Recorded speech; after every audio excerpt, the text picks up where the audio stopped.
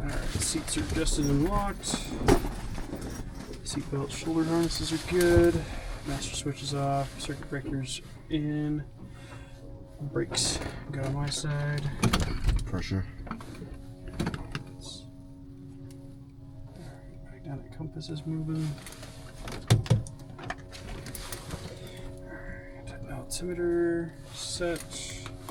PSI and airspeed are both at 0. Clock is moving by the looks of it.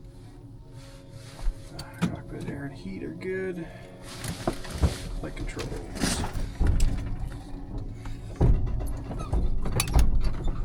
Free and correct. Make sure it's rich. Levels closed. Primer is locked. Fuel shutoff knob is in.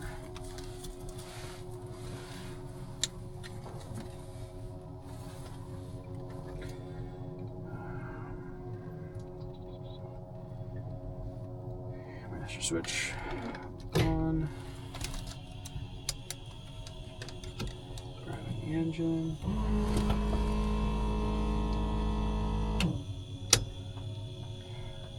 Set to 1/4 inch in. Clear prop. Alright, brakes are held.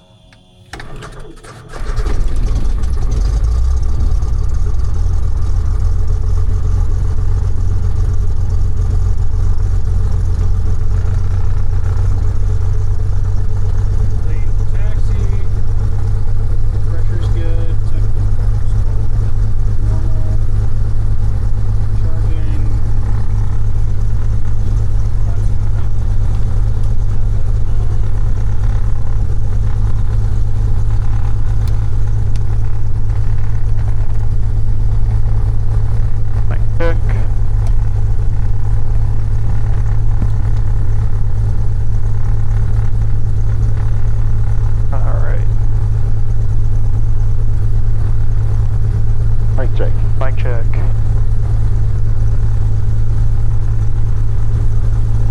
Turn the transponder on.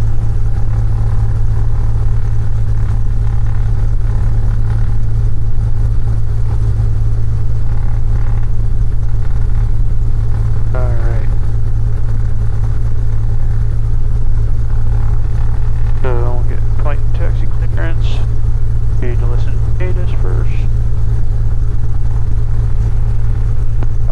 Airport information uniform 02540 is weather.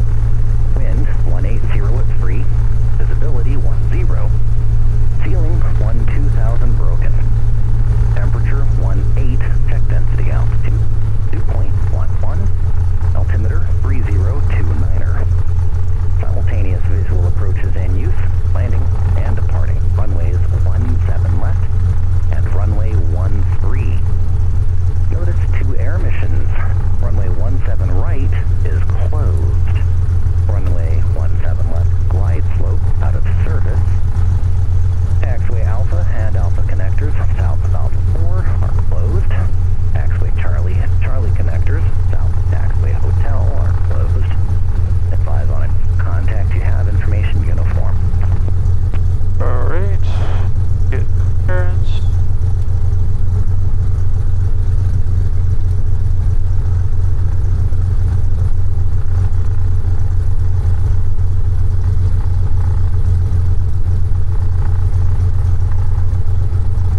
Alright, we're just gonna request to depart to the Kilo Lima Alpha Airport.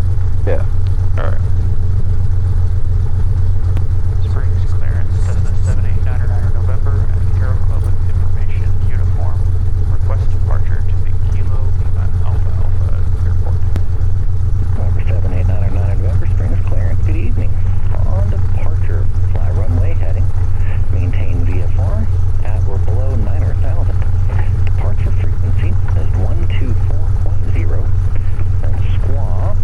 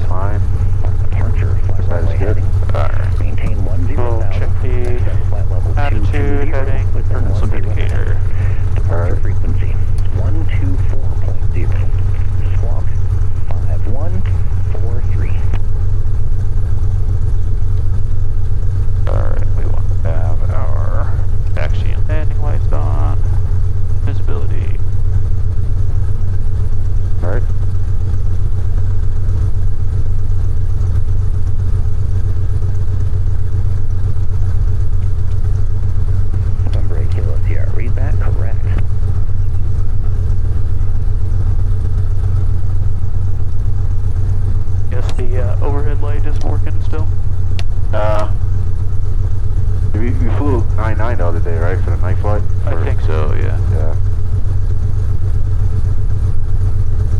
That's okay, because I have headlamp this time. Oh, yeah, or you found the other one? Yeah, I actually have 2. Nice. So, got 2 for $8. Spring Not bad. 1520 Alpha run.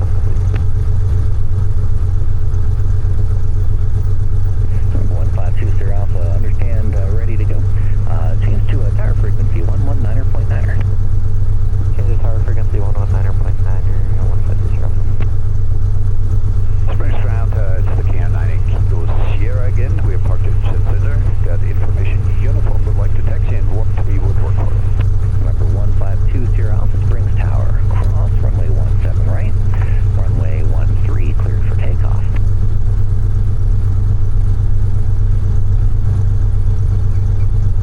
Number 9 or 8 Kilo Sierra Springs ground. Runway 13. Taxi via Alpha 2 Alpha. Hold short. Runway 17 right. We're clear to taxi to runway 13 via Alpha 2 Alpha. Hold short 17 right. 8 Kilo Sierra.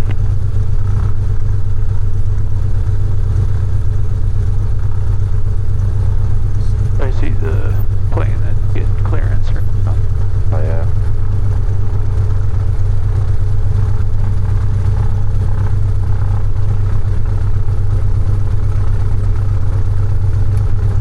Didn't give myself a whole lot of room there. It's a good position based on the windsock, so yeah, pretty good. I was just saying, like, if they end up telling us to go to a different runway, I don't have a lot of room. But alright, so aileron, the wind, brakes are held, picture full rich, bringing it to 1800. Wind 1206.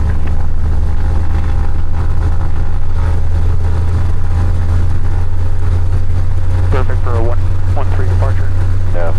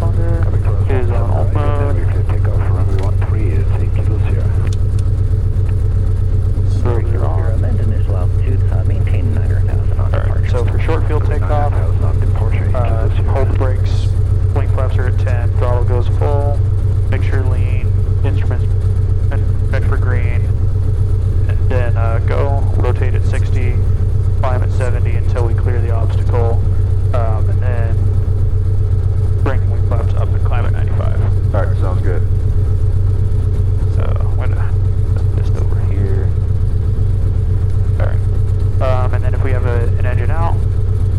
There's still runway beneath us. Ramp it back down on the runway. If there's not, we're below 1,000 feet. Make off the end of the runway. If we're above 1,000 feet, we can try to make back into port. Alright. Is that a key in there? Yeah. Alright. Got our... alright. Springs Towers, this is 7899 November, holding short of runway 13 at Bravo 2, ready for takeoff.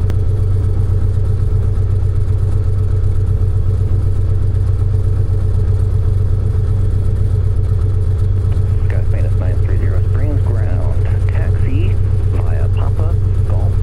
Cross runway 17 right. Out 4 into the ramp.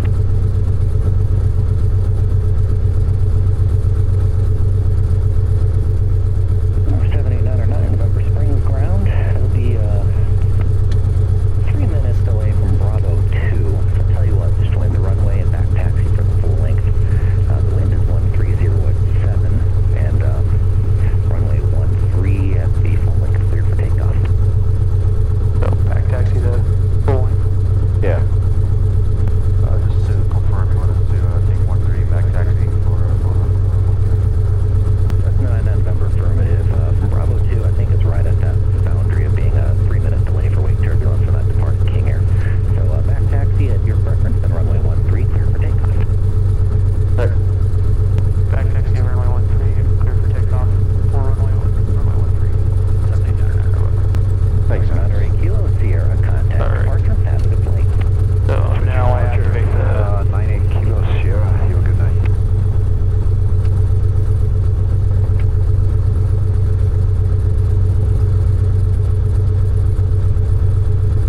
Alright.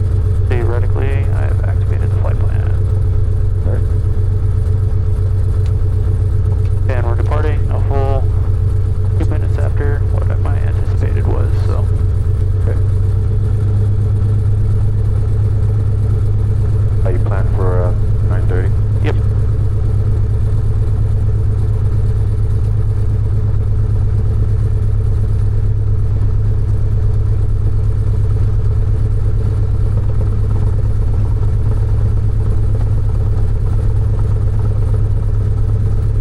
Guess it's a good thing we're doing a short field takeoff with the wake turbulence too. Yeah.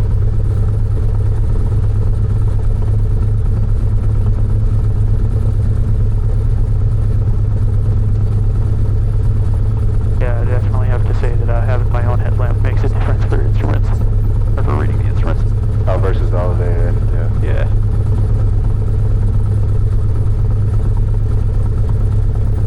Is that rechargeable or is that battery? It's batteries, and I've got a set of extra batteries as well as the extra headlamp.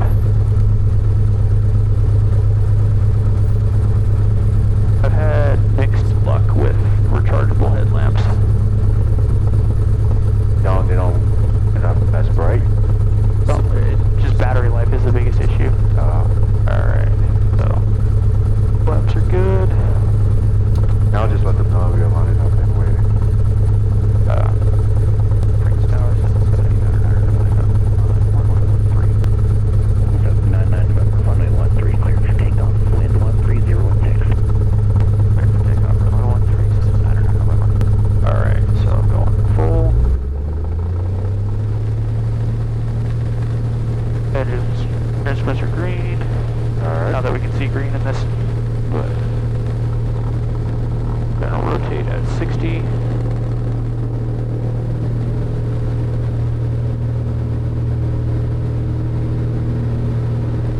I'm checking something real quick.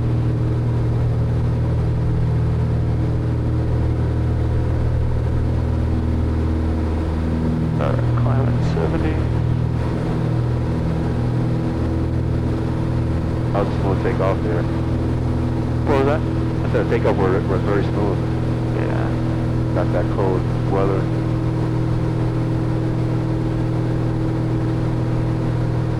Alright, we got over our obstacle. Alright.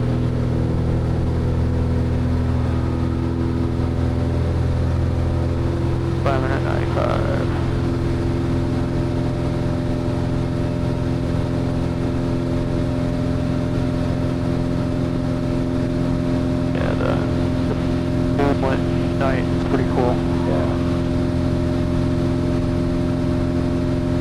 So it looks like you still got a bit of flaps in there. There you go. I wish Yeah. the gauge worked. Call for the rest. See how ground frequency.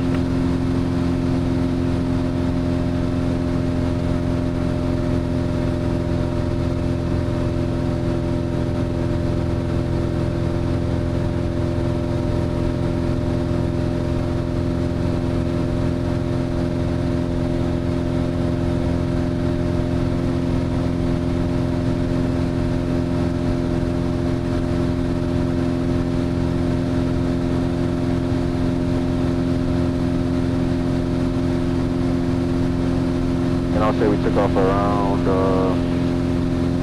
133. 33.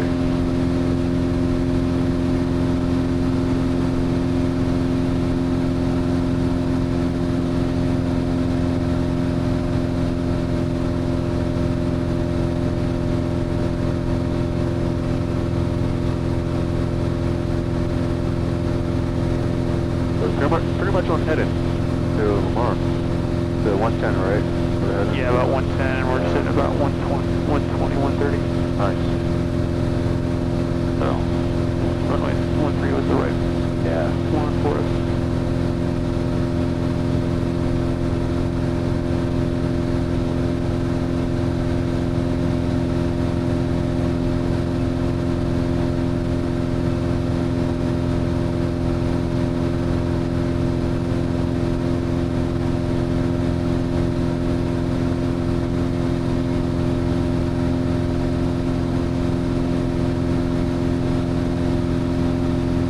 Like a perfect night for a night cross country, isn't it? Oh yeah. Especially with the moon out. Right, that's what I'm getting at. It's clear, the moon's good. 909 November, contact departure. Thank you. Got wind at 920, bring ground. Alright. Brings departure, that's 789 or 7,800 feet. Departure radar contact, 2102 and navigation. Resume on altitude and navigation, 789 Switch 909 up to 2102 Alright. navigation. So, Navigation 909. get on my actual heading Air here. Alpha contact Denver, approach 132.75 tonight. And continue our climb to 95. Alright.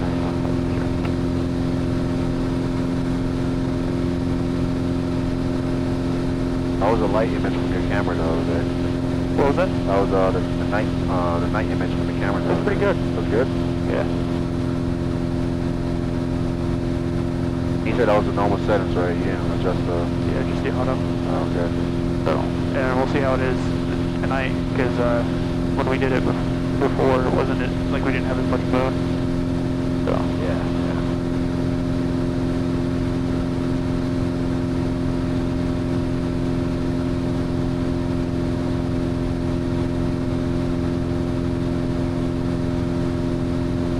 still funny to me that Schriever's got the ring of lights over there. But then you have the excuse to, like, you know, fly into it. Right, you know where the restricted area is at. Yeah. But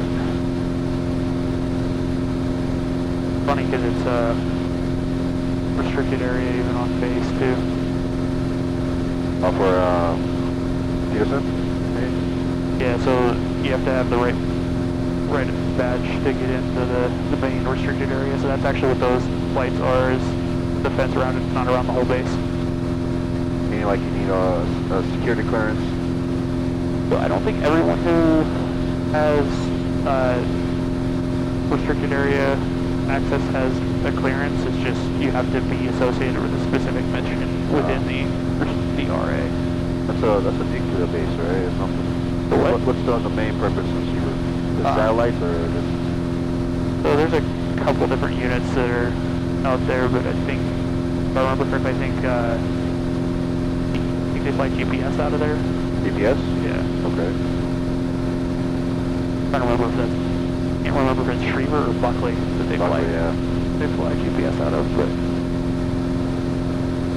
That kind of makes me wonder why Why Colorado, you know, for all the bases?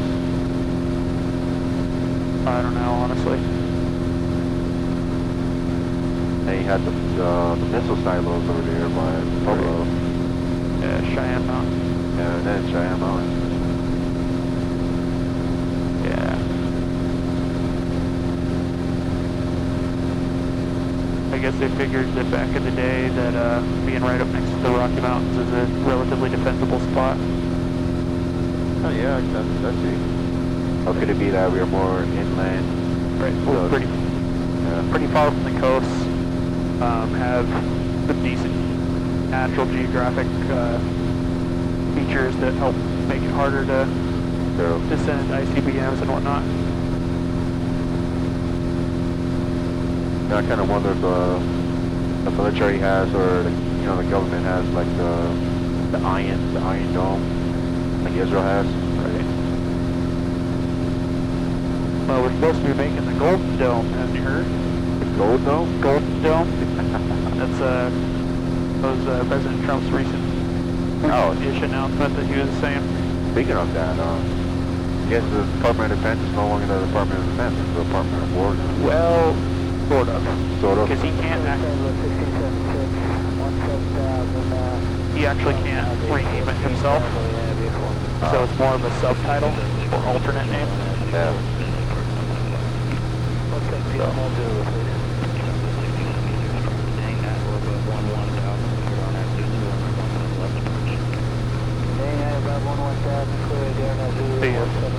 Probably an airliner. So we keep the strobes on, right? Yeah, we keep it on. How about the landing lights? You can turn it off once you get in cruise. And we just gotta make sure our cruise power setting is Right. I want to bring that to about 7.4. And I want to call that about it. So what's our the time en route? Like how long it'll take to get us there? Yeah, It should be an hour and 3. an hour and 3. Yeah.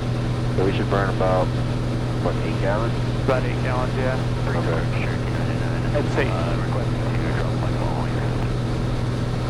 So they're saying. They're asking us to drop flight following? No, that was another plane. Oh, that was another plane requesting it. Okay. Call sign was too close to ours. Oh yeah.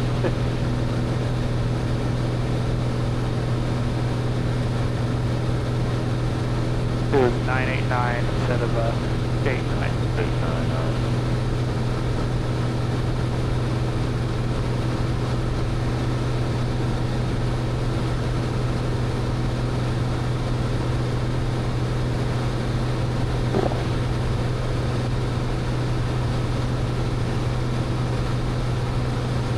This is probably the furthest you've been, right, Lamar?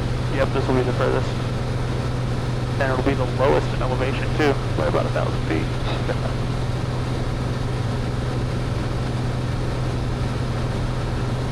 Because the field elevation there is 3,700. Yeah. So, Might be one of your, might be your long restaurant route, if you want to go here. Fairly easy route, you know? yeah.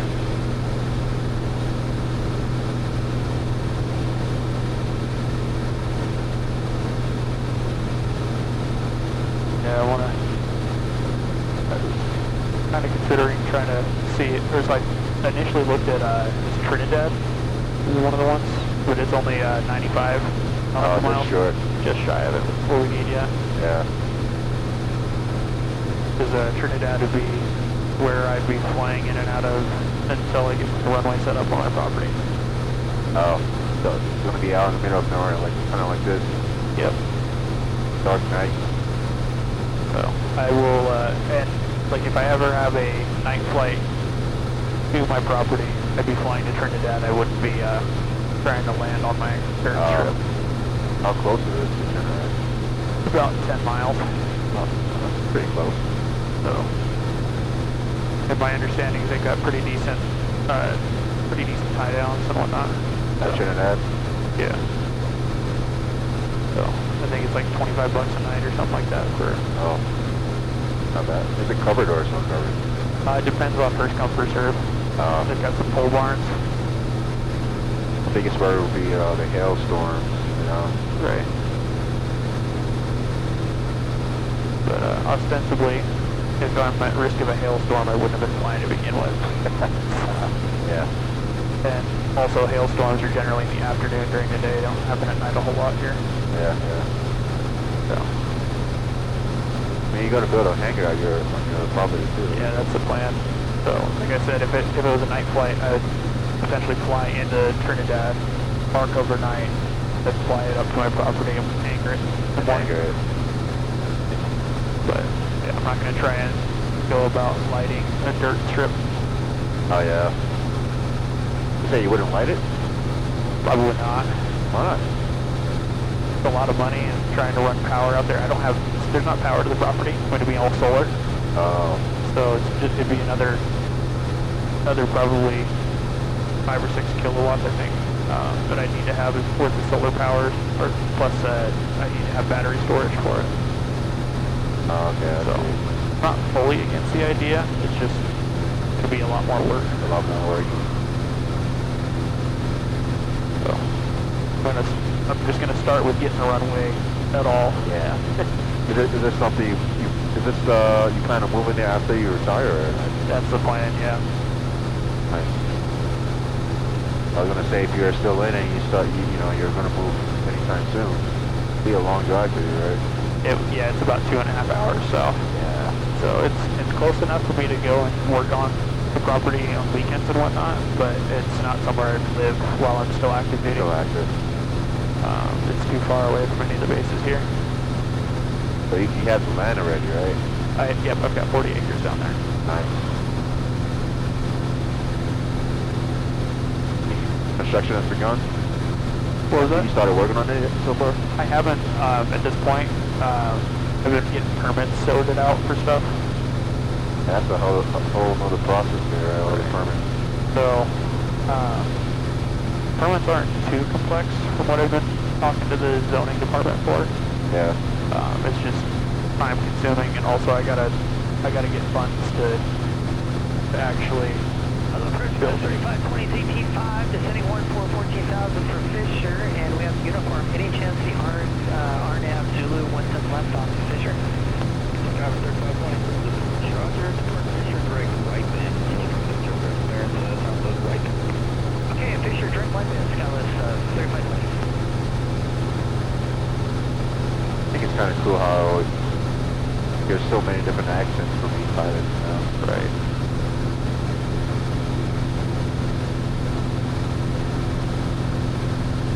Yeah, we've got a whole range of them. Yeah.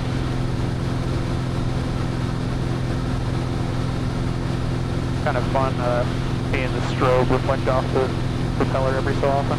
Yeah. Kind of trippy too, like how big the radius is for the propeller once you realize it. Yep. That apparently is part of the reason why these climb as well as they do. Yeah. The propeller size.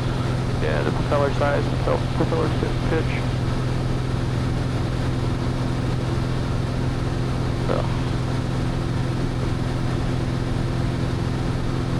Because I was looking into it, apparently the vast majority of Cessna 172s, their fixed pitches pitched for cruise, not for climb. Not for climb. And then the T-41s are the exact opposite, plus you have all the extra horsepower. So. Seems like it was purposely made for the high density area. Yeah.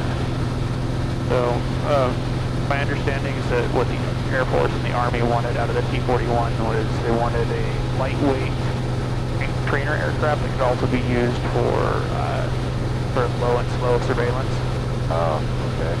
So not quite to the extent the L-41 Bird Dog was used. Yeah. Or you know what those are, right? Isn't that the tail dragger? So some of them were tail draggers, but they were essentially the military version of the 150.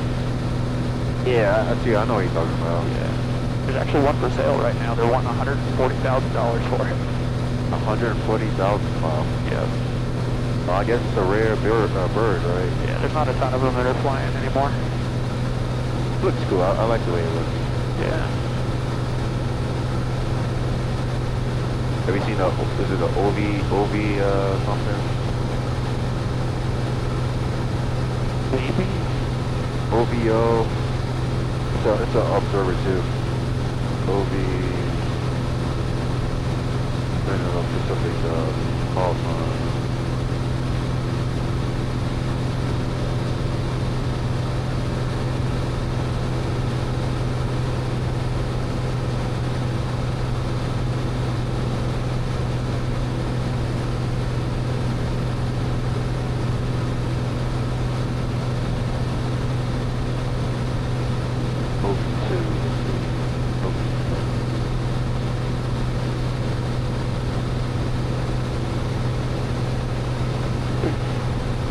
Bad boy right here. Have you seen that before? I have not. So it has the same roll as the L. The L12? L21. L21. Like for observation, right? Yeah. What's the left coast? 35. Southwest 1676, change to my frequency tower, 119.9. Yeah, I'm trying to remember what the, I think it's an L14 maybe was the, L14. was the military variant of the Super Cub. Oh, they had a military version of that? They did, yeah. That's cool.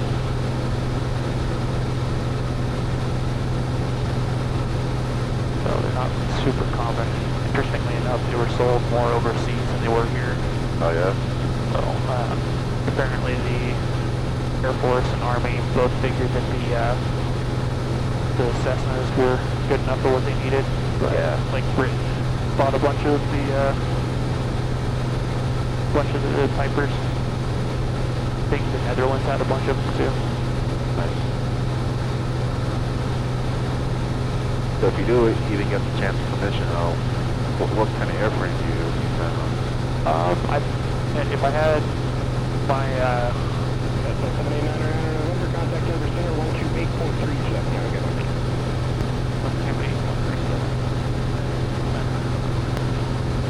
Alright, 128.37. Alright. I don't think that's it. 128.37. Yeah. So, well, you gotta pull it to get to the... Okay, there we go. Alright.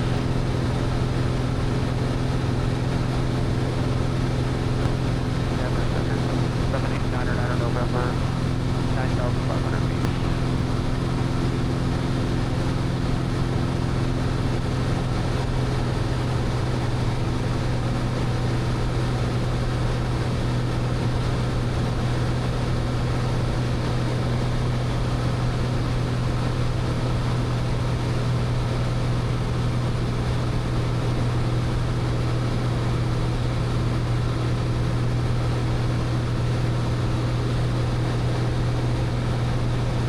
Okay. Let's try, you said 128, right? 128, that's 137 is what I heard. Alright. I'll try again. If it's not, I'll try to go back and verify the 32. Alright. Denver Center, 789 November, 9,500 feet.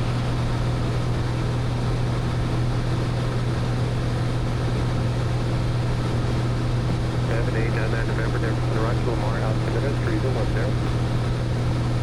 73010.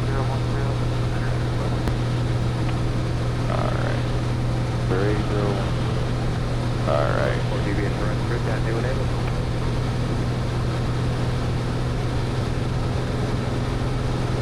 Was that for us? Huh? Was that for us? No. Making sure. Just making sure that I didn't miss something. Yeah.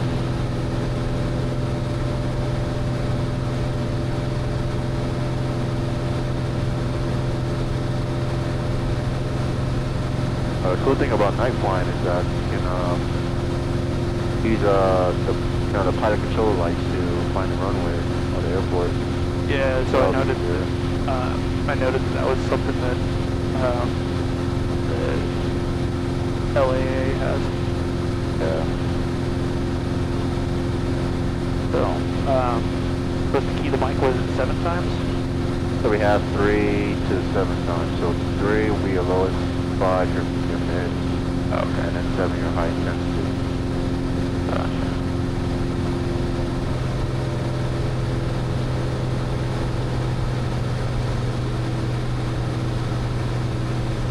You'll be able to get it about 15 miles from the airport. And then the airport will suddenly appear. Yeah.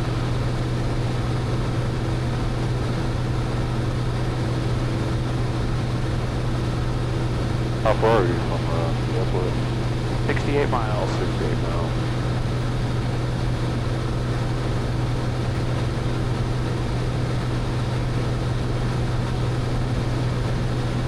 I think this airport has, let's see.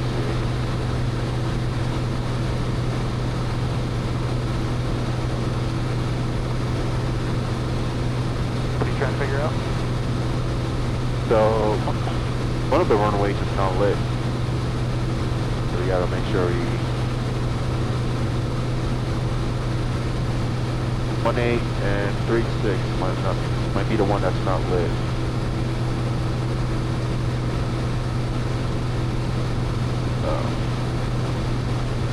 Depending on where the winds are coming from, we have to use those. So, 0826 are lit.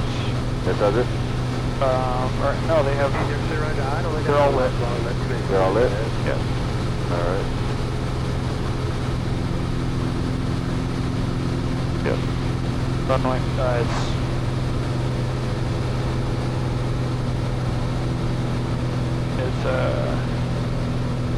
so what's unlit is there's a tower that's 4.5 miles southeast, at 500 feet. Alright.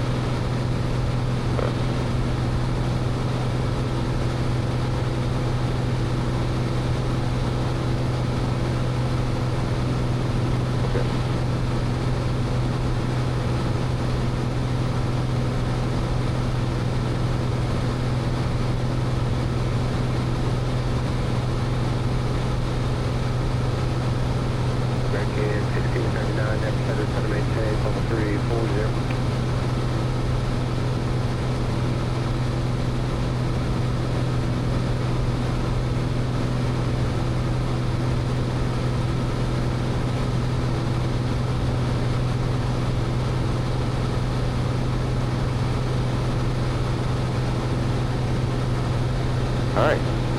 So in that case, yeah, we'll see. Have more options there. I figure once we key the mic, we'll know for sure. Yeah. But, yeah, like I was saying, though, apparently, the Netherlands bought a bunch of those Super Cubs for their military stuff. So, Do they still use it? they haven't used them in decades at this point, but they were a pretty popular trainer for a while for them. Super Cubs. So, they, it's funny how when I was headed to church this morning, Yeah.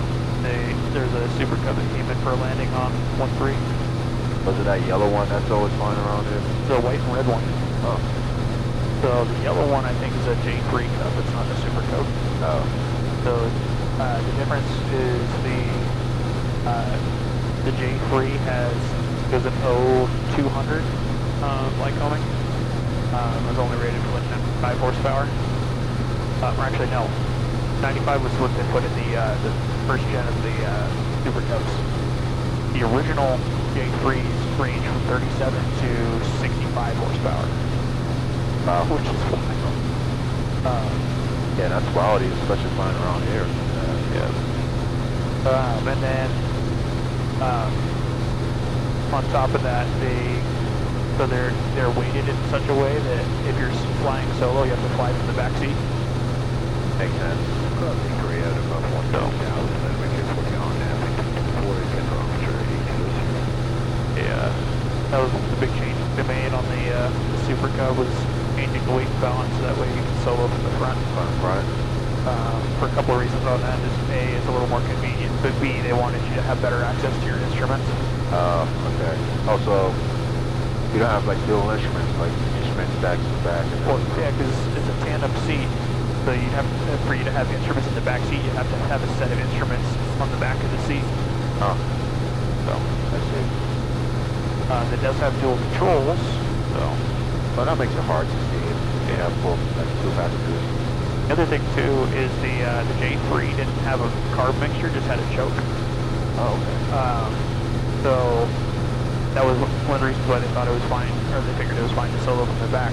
Yeah. But with the Super Cub, it had a carb mixture, and there wasn't carb mixture controls in the rear seat. There was throttle and rudder and stick and whatnot. Oh. So you had all those controls, but you didn't have a mixture. Is it like, what do you call it? Aerobatic set apart? You do aerobatic, Not the stock one. Oh, okay. But the Cubs in general are pretty heavily modified a lot. Yeah. The big thing that people like them for is their short takeoff and landing capability. Oh, yeah.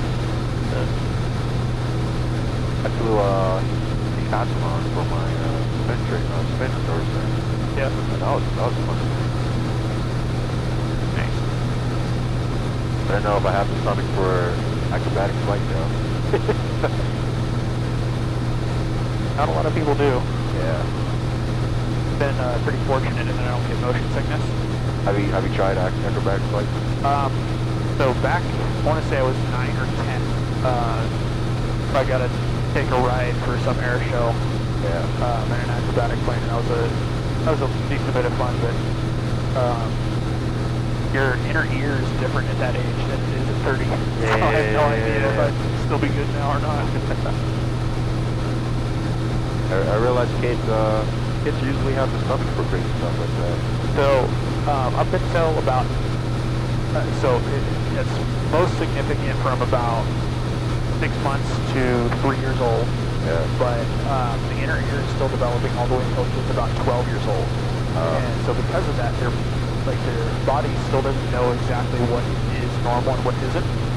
It's still kind of figuring out that baseline, so they actually they handle a lot of that a lot better, but also it's actually super important for their development, for the kind of play where you toss the kid around. Yeah. And it's why little kids find it so much fun, because their brain's wired to find that kind of play enjoyable, so that way it calibrates the inner ear rate.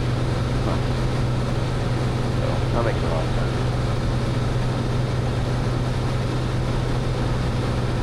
I see some lights out in the distance. Might be the town Lamar. Yeah, might be right. Alright. Well, at least you know we're headed in a general direction. Okay.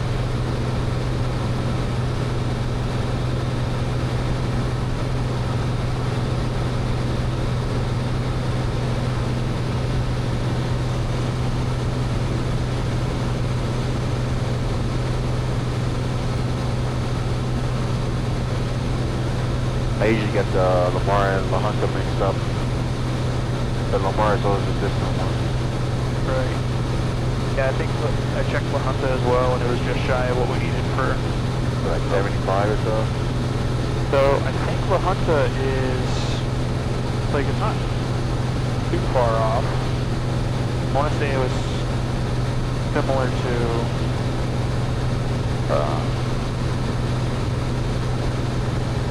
it was similar to what we were looking at for Trinidad. Oh, okay. But it might have been like 85. That's short of it. Short of it.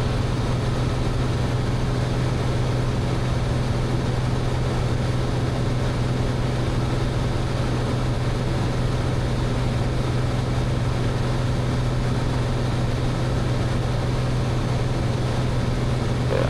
Definitely kind of neat how much work trim can do on this stuff. Oh, yeah. Day trim is your friend. 4-man autopilot, what it's called. 4-man autopilot. You know, just looking at the distance, looking at the sound, it kind of makes you wonder how, like, the fighter pilots be flying at night, you know, taking off the carrier and flying at night, you know. We just have the ocean around here. Well, No. they got NVGs, Yeah, yeah. and then also the carriers have their own kind of approach setup. Yeah. But yeah, that's definitely not something that I would personally want to try. That's spooky. You ever seen a video of the fighter pilot? I think it was an F-15 pilot that had to eject at supersonic or so. Him and his partner, and they were all in the middle of the ocean. Oof. Yeah, because he ejected at such a high speed, he broke a lot of bones. Yeah, that's a pretty well-known side effect of ejecting at high speed, but they also tell you that you can recover from broken bones, you can't recover from dead. Yeah, that's true. That's true. So yeah, you know, for these naval aviators, once they eject, a part of the ejection is a life raft. Yep. So imagine having to get into a life raft in the middle of nowhere with broken bones. How difficult that was. Yep. So if it was a naval aviator, it would have been, I think, an F-16 or F-18. So Yeah, one of those. I don't think the Navy runs F-15, if I remember correctly. Sorry, I don't think they do F-16. So F-18. I don't think F-22 is right. No. F-35. There's not a carrier variant of the F-22. There's barely an Air Force variant of the F-22, to be honest. Oh yeah? Because they were originally slated to, I think they were supposed to build like 300 or something like that, and I think they only delivered like 100. Oh, just because of how expensive they ended up being. That's it? Wow. We don't have a ton of them. How about the 35? F-35s, we've got like triple or quadruple the number of F-35s that we have F-22s at this point. Interesting. I always figured the F-35 were more expensive. They are more expensive, or maybe about the same as what an F-22 is, but the difference is that an F-35 can fit just a huge line of rolls. The F-22 can't. The F-22 at its core is just a dogfighter. I see. Right. It's meant to be super maneuverable. It's meant to be just an air superiority fighter. But the issue with that is that it results in just not being versatile enough for modern air combat. Oh, wow. I didn't know that. Because the biggest thing that they've realized in the past 20 years is that taking down fighters isn't going to happen in the dogfights anymore. Oh, yeah? Especially with the kinds of fighters we have now. We're going to get a radar lock from 150 miles away, and I'm going to blast you before you ever see me. And that doesn't make it interesting, you know? Yeah, so it's not as cool, but yeah, the key with that is that basically what we've learned is that we've got targeting systems and radars and so on that are on board the plane, as well as with help from ground and so on, that we can take them down over the horizon. So I think I might be seeing the light for it. the beacon. Yeah.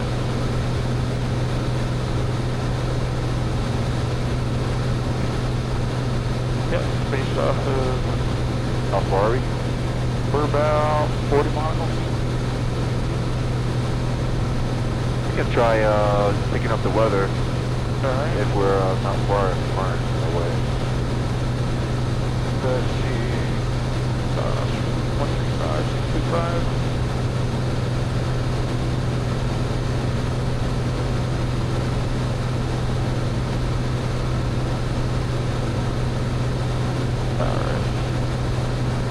Request that too, right? Yeah.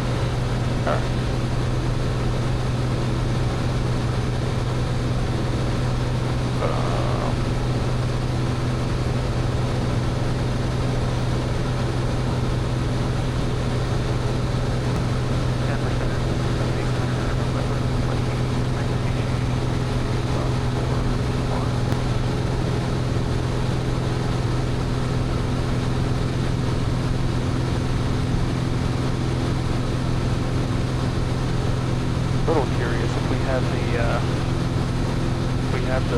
wattage to Lemonade down there, November, that British report back up on the trip. Report back up. Lead 10. Sky condition clear. Temperature 18 Celsius. Dew point 15 Celsius. Altimeter 3012. Remarks. Density altitude 4,800. Lamar Municipal Airport. Automated weather observation. 0410 Zulu. Wind 070 at 05. Visibility 10. Sky condition clear. Temperature 18 Celsius. Sweet. Alright. Denver Center, 789 or 9 November, back. Number 99 November, Roger. And will this be a full stop to Lamar? Should be a full contact back.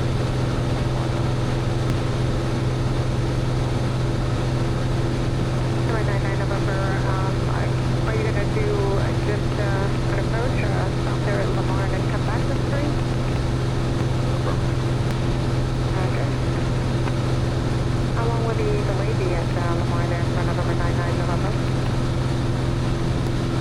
Oh, it's be about 10, 20 minutes.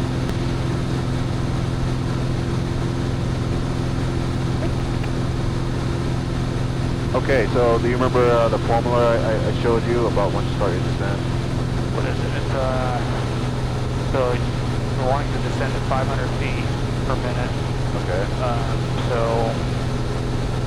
given that our pattern altitude is going to be 47, we're about 4,500 above that, so we need to descend about 5 minutes.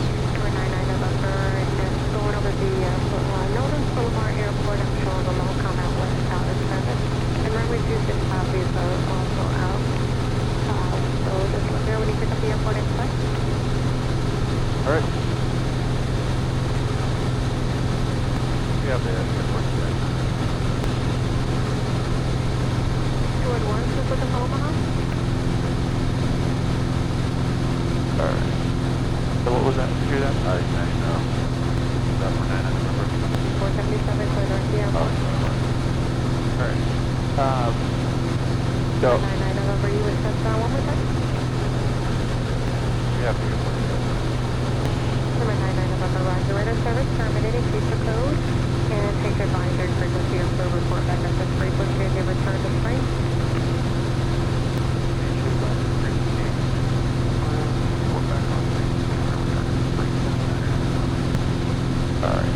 Alright. So, So it's going to be your altitude minus the target altitude divided by 300. divided by what? 300. 300. Yeah. Okay. So, yeah. So you want to, what's our altitude? 95.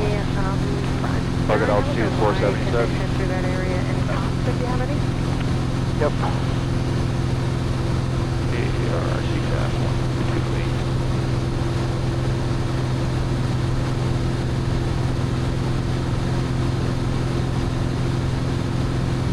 So about 60 nautical miles, you can start to descend down. 16 or 16 or 60? 16. 16. That should give us a 500 foot per minute descent rate. Alright. And the winds are coming from 070, so we can expect 08 for landing. The 08 is going to be directly east, correct? Or coasting. Yeah. Okay. Yep. So we can change to advisory, that's it, right? We're on to 2.8. Yep. So we can start tuning in, clicking on the mic, get to find the runway. Alright, so just tap it. Yeah, about 7 times.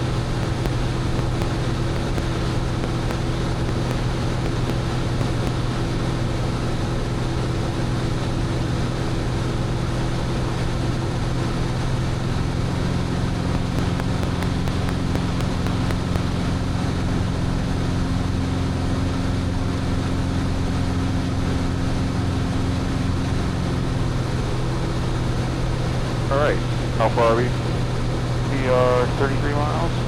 Okay. So let's keep an eye out for. Okay, so it looks like we have to proceed a little bit More to the east, yeah, northeast now. Yeah, so I'm pointed at the town of Lamar, but the airport I think is to the east of it. Let's see. I have a heading of 97 for Lamar right now.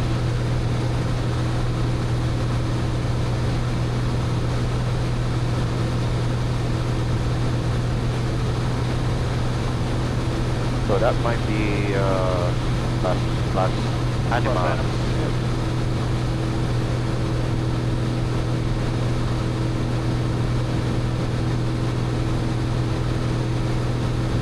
Okay. Yeah, I think you're right. That's 9 months. That is the county seat. Oh, here. Is that a county what? Seat. Which is like the capital city Capital. For the town, or for the county. That's where like the county courthouse and all that would be at.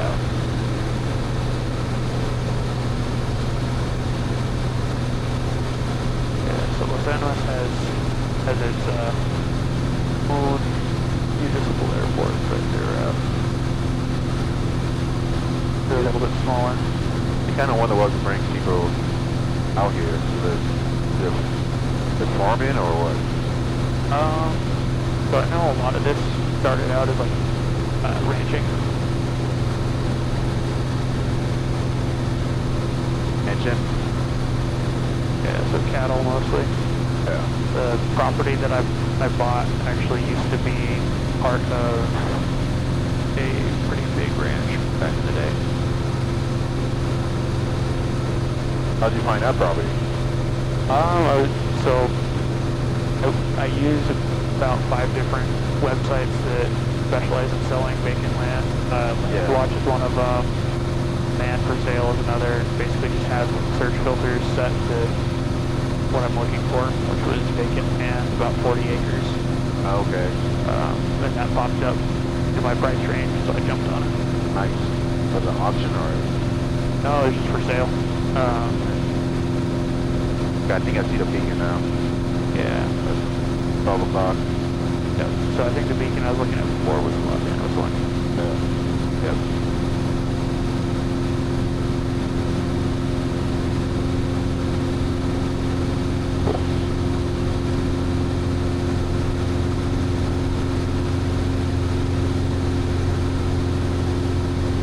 It's definitely easier to get off course at night. Oh yeah, Especially you over- don't see anything. Especially over empty space like this. Yeah. Good thing you decided to use a backup, a VOR, just in case. That's good. Yeah.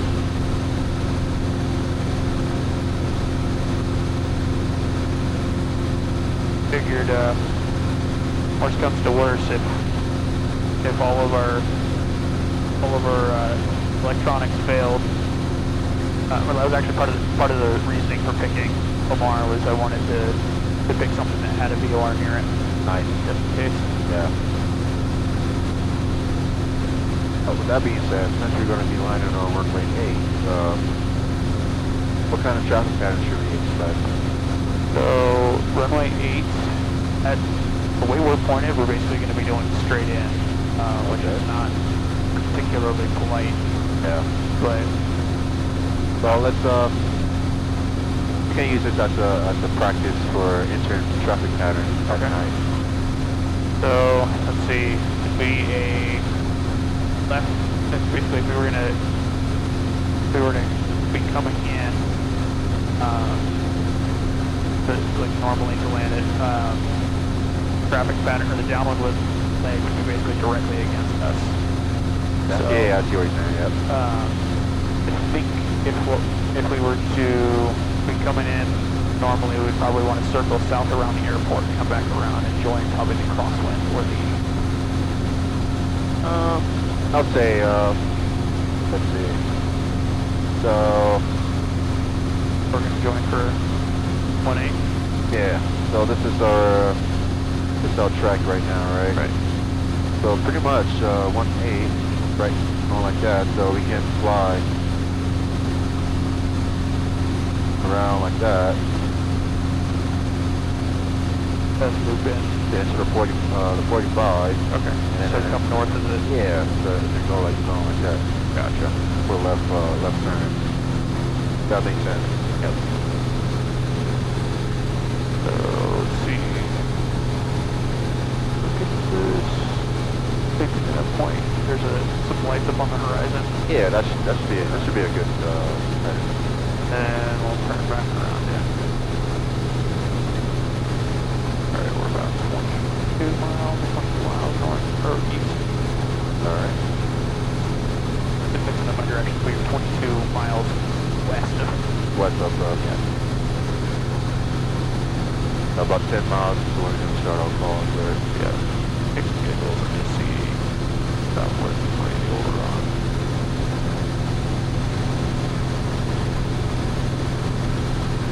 Okay, go ahead, 070. That's what we're pointing at. Cool.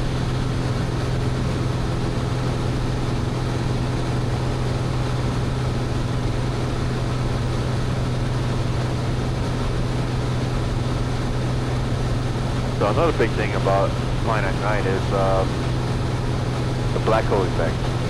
The what? The black hole Black effect. hole effect? Oh, Yeah. because there's nothing other than the runway you're looking at. Yeah, so it's gonna give you the illusion that you might be too high or Too low. too low. Kind of trippy.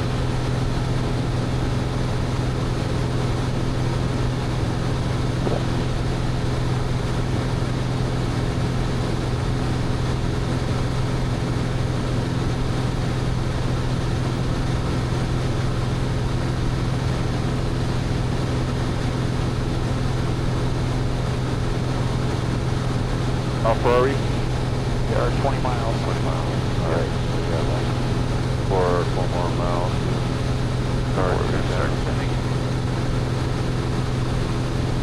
I'm going to try to ease mine, see what happens. Yeah, sure.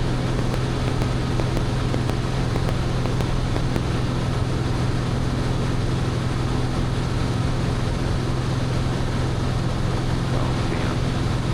Might be a little too far to see the effects. And it also looks like there's haze around. Yeah. Haze. So, we got some rain to clear it up near the springs, but I don't think it came out quite as far Oh yeah. east. I saw something moving from the west side. Might make it back to the spring before it reaches here.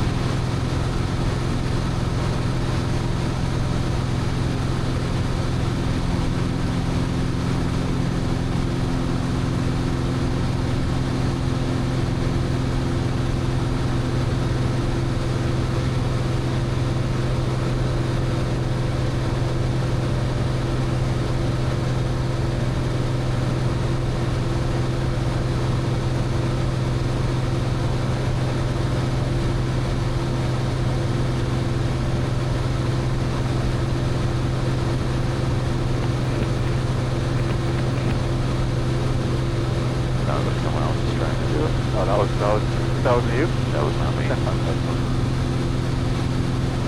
remember flying up to BJC, it's airport up north, and just for shits and giggles, I was just peeing a mic at one of the airports, see if I can find it. Yeah. And now, unbeknownst to me, a pilot was on the short final. I was just playing with the lights, and he was like, "Oh, I'm trying to land here." I just on the mic. I'm like, "Oh, sorry." Alright, gonna start my descent. All right.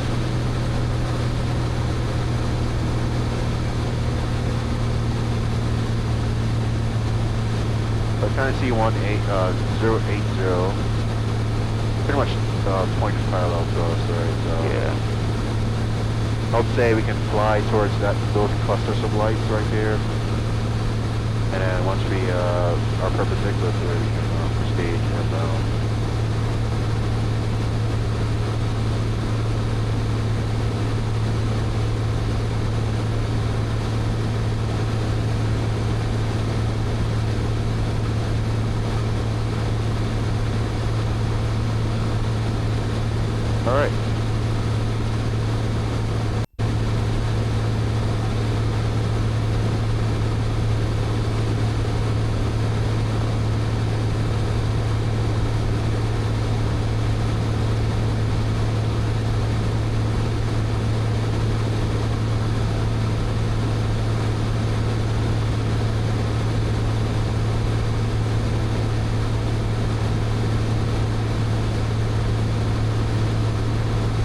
guess we'll just keep an eye out for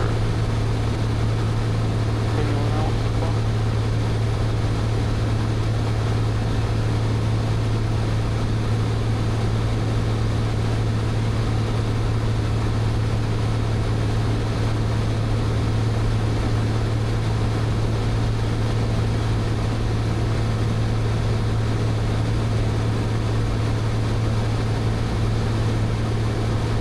Another thing you want to be aware of also is the lights reset.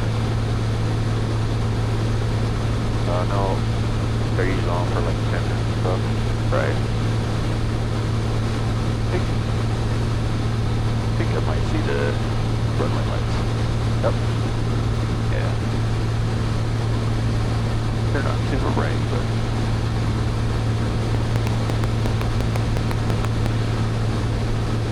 There we go. cool.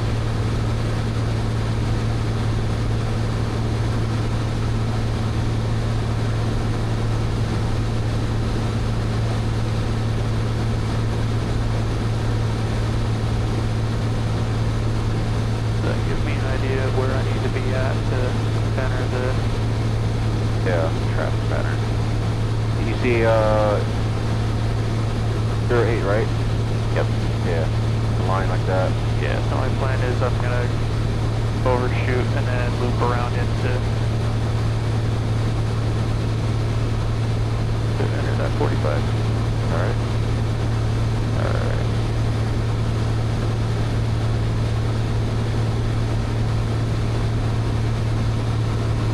So I guess you're about 11 miles away from it. Make my radio call, yeah. Yeah, sure. And they call it Lamar, right? Lamar traffic. They ask because the name is listed as Southeast Colorado Regional Airport.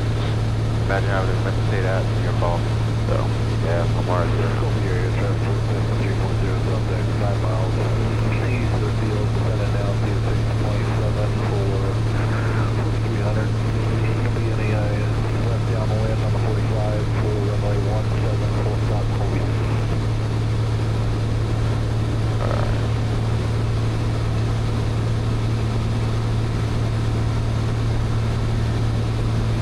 Lamar traffic, 9 November, 10 miles north of the airport, 7,500, 700, down for video downwind.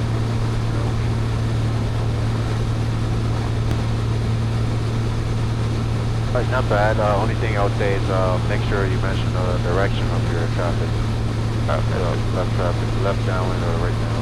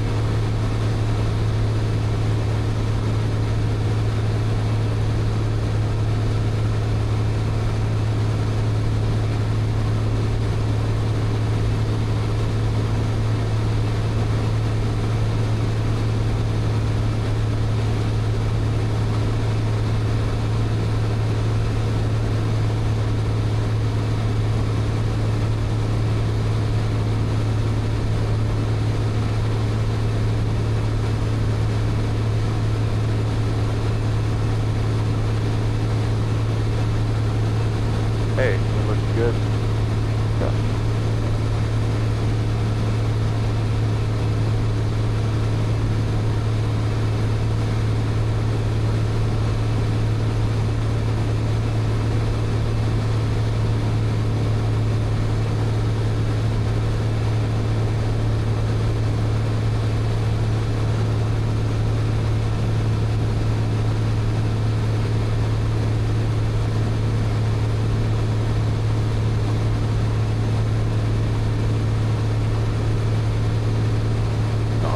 I guess what I'm thinking is basically once the wings are about perpendicular with the end of the runway, that won't start making my turn to enter the 45. Yeah, that works.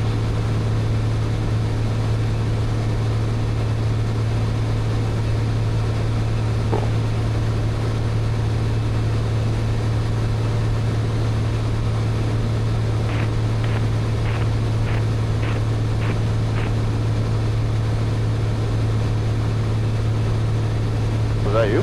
Nope.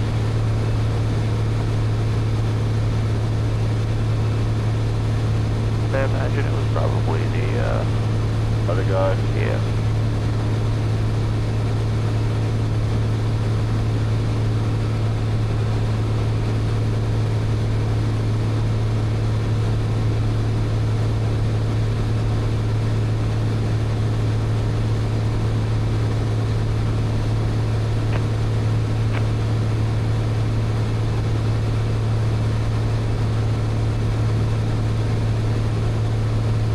Alright.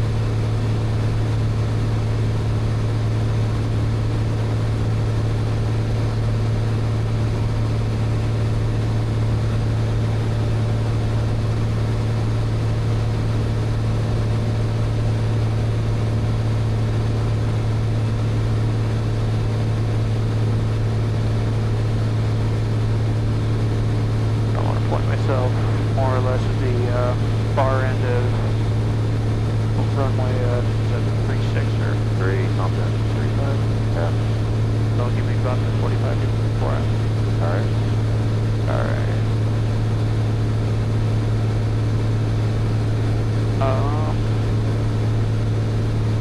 Guess about what point do I make a call for that?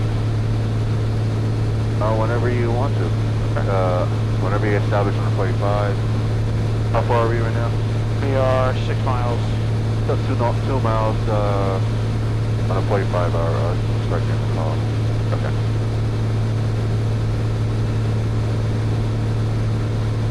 I know it's a little bit early, but I figured I'll throw the landing lights on just for extra visibility. That's good.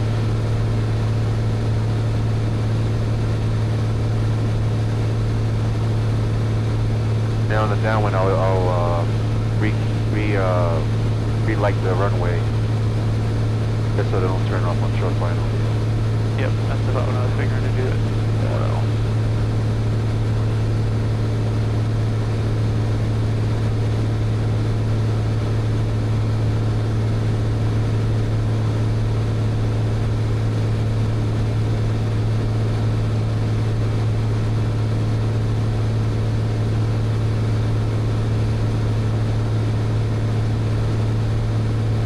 And traffic is 47, right? 47, yeah.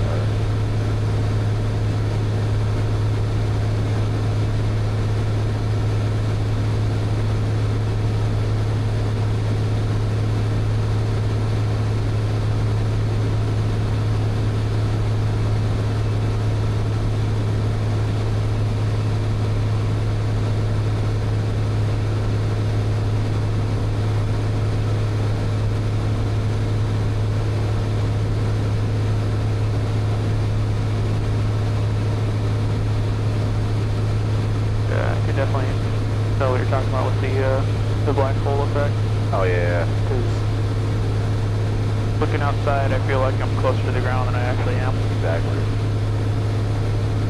Which is, I'll bet that's the problem when you're trying to come in for a landing. If you feel like you're too close, you're gonna, it might pull up and flare too early. Too early. Cause a bounce or other problems. It's worse at the Honda. Oh yeah? Nothing at all. There's just no town around the Honda. Wild. And then that might be the airport where only one runway is lit. Okay. Yeah. That makes sense. Oh yeah, it's crazy.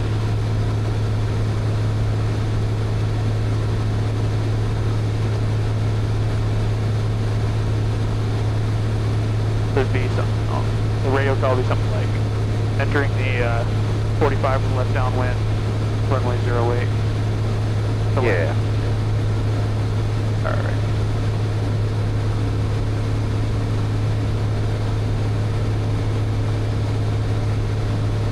Almost at traffic pattern altitude. Right.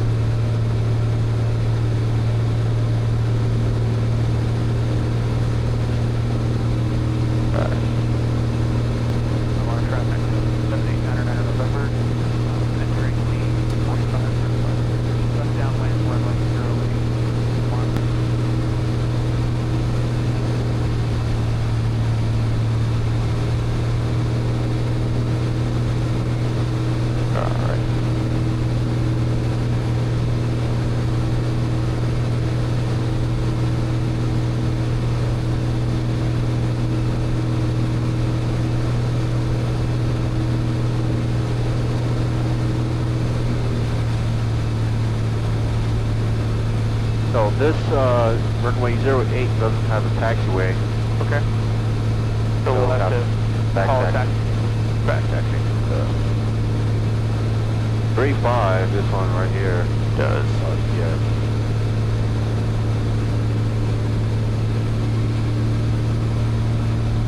More traffic than 7,993 downwind north.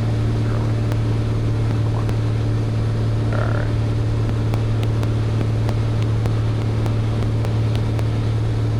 Oh, you gotta be, you gotta click it faster.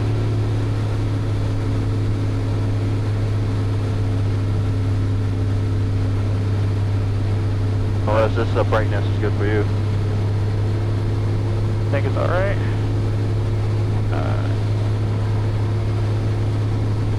What it is sometimes.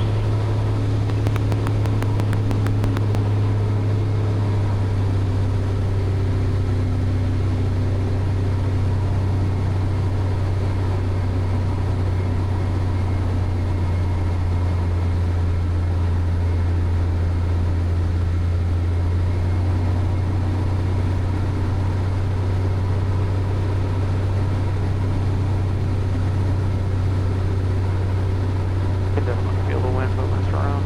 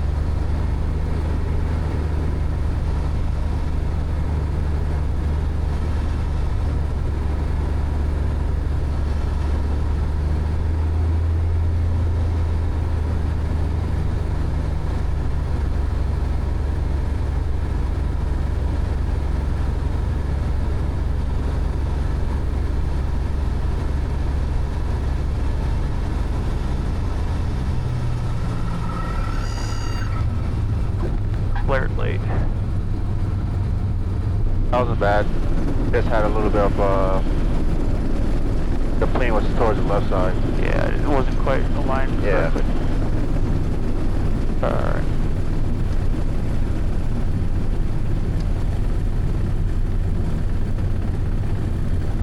Trying to slow down and give myself Alright. enough room to be able to turn around while still on asphalt. Okay. Alright.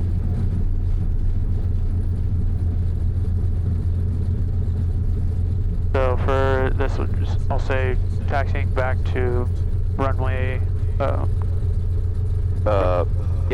runway Runway 8. beginning or whatever. Yeah, so you just say, back taxiing to runway 8. Okay. Line traffic system 7899 November. Back taxiing to runway 081. Alright.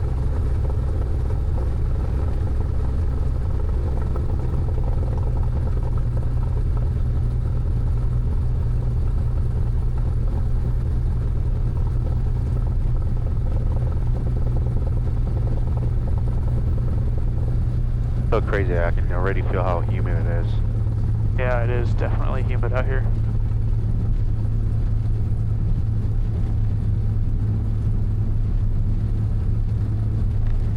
I think they call it the corn sweats for a lot of this.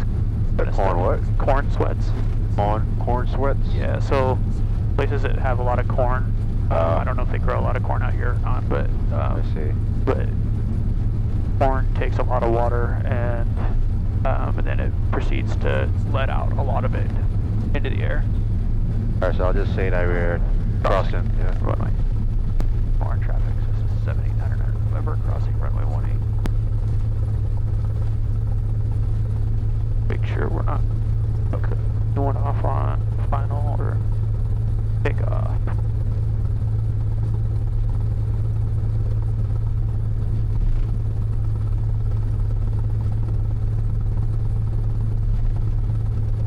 And I'll say we're clear once we're over. Yeah. Right.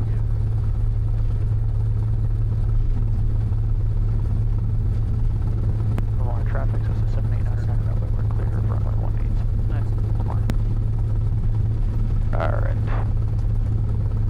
Doing short field takeoff here again. Or Yeah, we can do that. see if I can take off before the Armin practicing, right? cross runway there.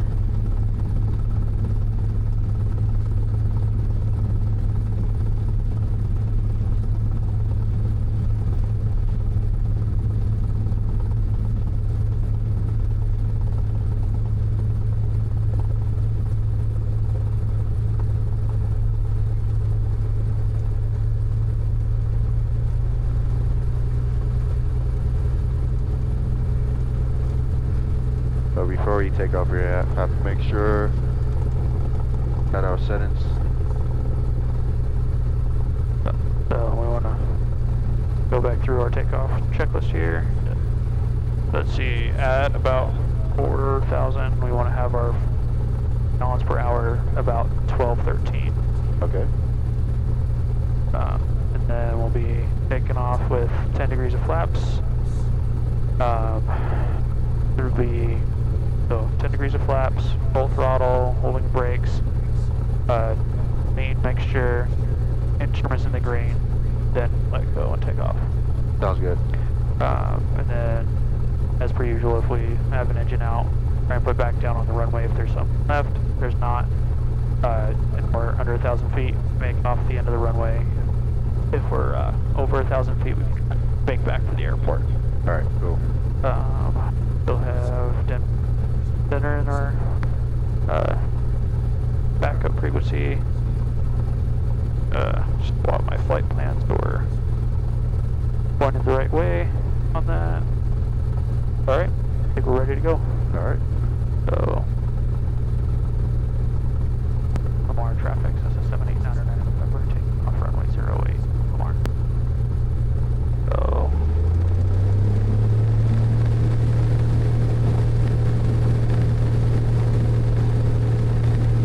alright, engines in the green, so,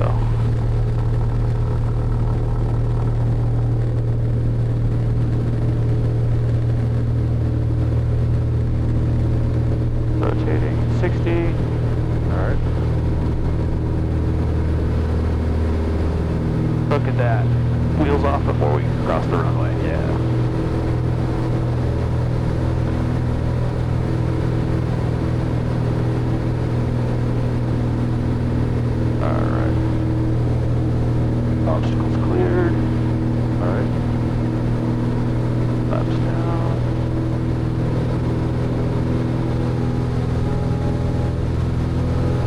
That was a much quicker takeoff than I think I've had in a while. Oh yeah, that lower altitude there. Yes. Alright. This thing is a beast though when it comes to when it's lower altitude. Yeah. Alright, so let's see. I'm gonna say we're departing to the west, right? Here, yeah, to the northwest. Alright.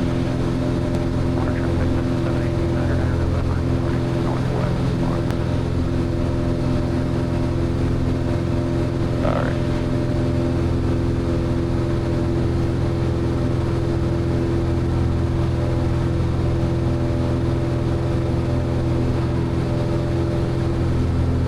You know how many feet it was on that that intersection for the What? runways? The distance? Yeah, out of curiosity. Let's see.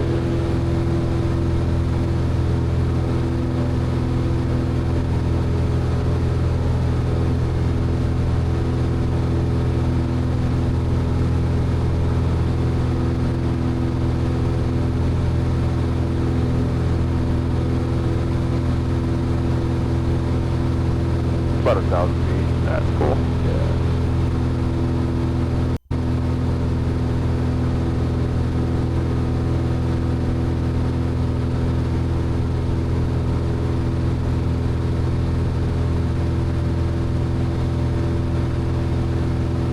Okay, so what's the altitude we're flying up to? It's gonna be 8.5 All right. for westbound. Personally, if I'm flying at night, I let it go higher. Okay, so 10.5. 10.5? Yeah. Makes sense. Give yourself some room, you know. Yep. Alright. Give us a couple hundred more feet and a little bit more space, and then we'll make our final call to Lamar and switch over to Denver Center. Alright, sounds good. When I do call Denver Center, I'm going to say where we are, then what our altitude is and where we're going, right? Yeah. Okay.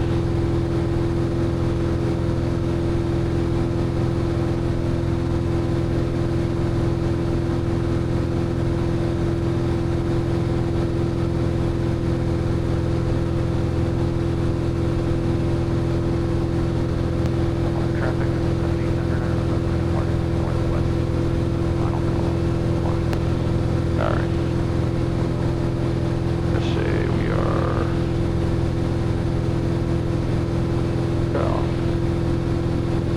About 5 miles. No, we're not. Definitely not 5 miles. We are about 3 miles. All right, north of. All right.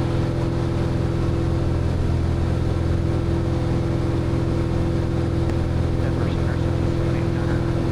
Denver, 6,200 feet. 3 nautical miles north of Lamar, heading to Colorado Springs Airport.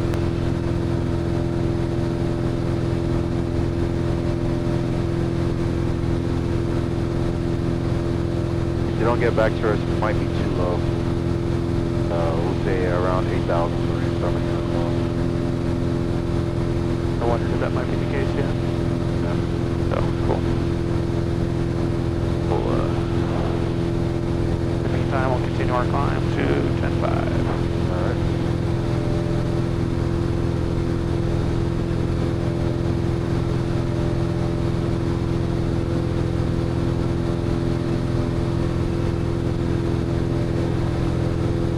I always wonder what you do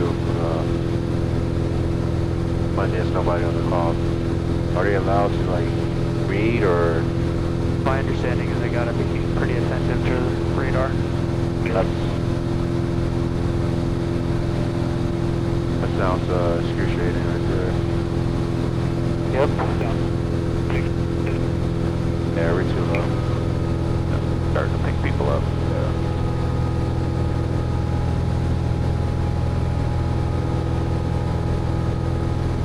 Alright, that's what there you go. Start leaning.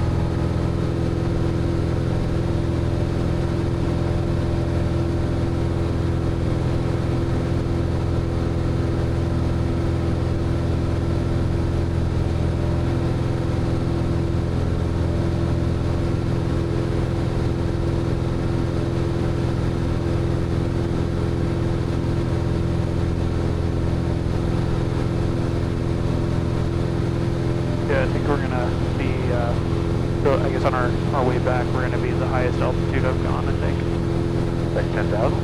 10.5. Oh yeah? I've just touched 10,000. I haven't gone higher. Oh wow. So,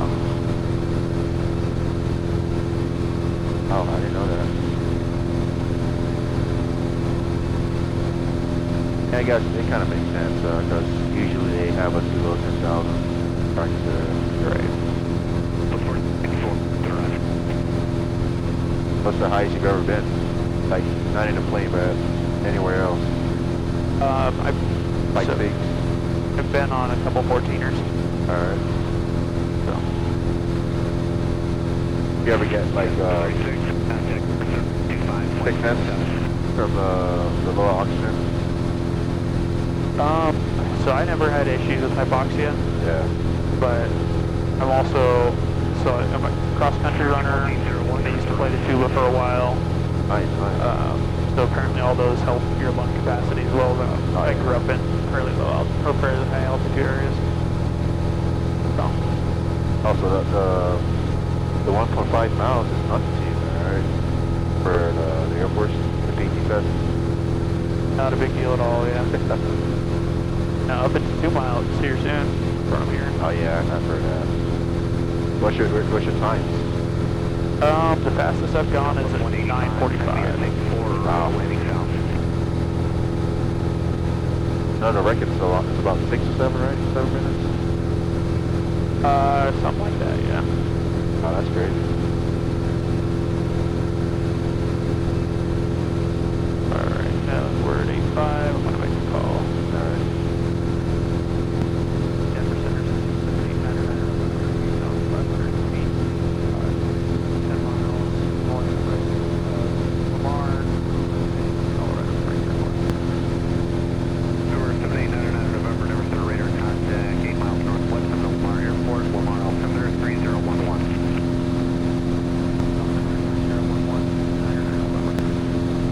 Alright.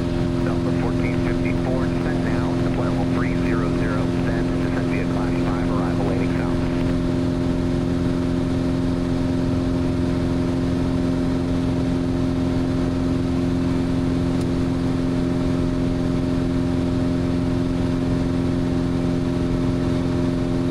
See 400 on shot, Denver Center, roger.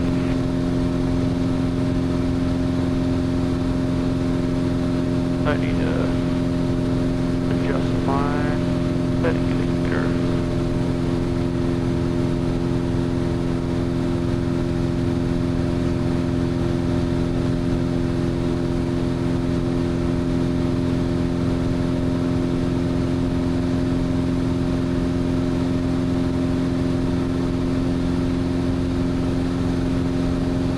So for your flight plan, what was estimated time arrival back to Colorado Springs?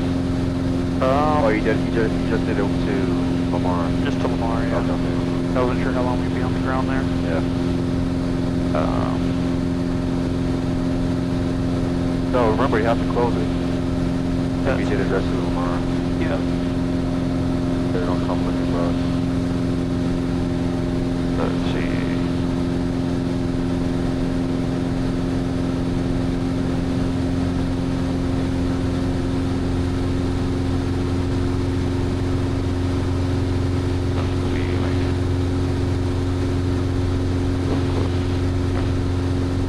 American 790, Denver Center, roger.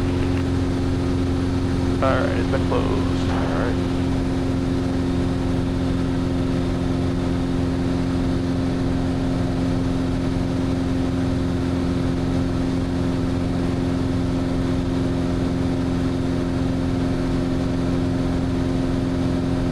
Delta 707, contact Denver Center 125.67.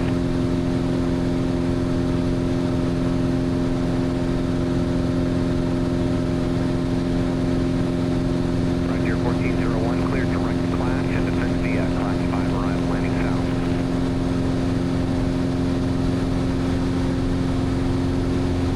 VRK is Okay, sorry. For frequency for BRK? Yep. This is 112.5, which we got here.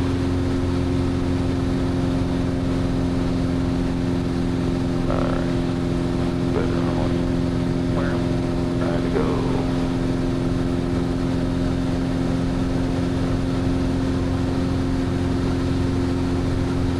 planning on navigating via BRK, but I figure Yeah, if worst comes to worst, that puts us in the vicinity where we're trying to go. it's interesting because you can't see nothing at all. It's just 48, never turn around. Right, we've got our darkness. haze, and like, I can just based off of the little movements I did without thinking about it as I was like looking down and stuff. Oh yeah. I can see how easy it would be to end up in those abnormal Graveyard attitudes. spirals and Yeah, graveyard spirals. like we're not even in IMC, but Oh yeah. but so it would definitely still at risk of unusual attitudes out here even. Oh, it's definitely. 3311, contact number approach 120.35.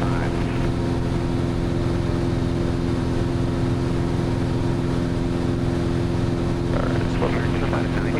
Level 310 to descend via Ozzy 5 arrival. American 790 descend down to level 310 and descend via Ozzy 5 arrival.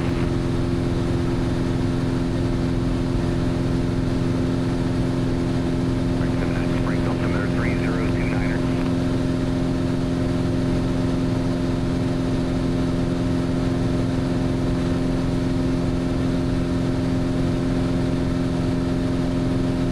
Crazy to think that these planes are rated up to 17,000 feet for their service ceiling. Close to Class Alpha.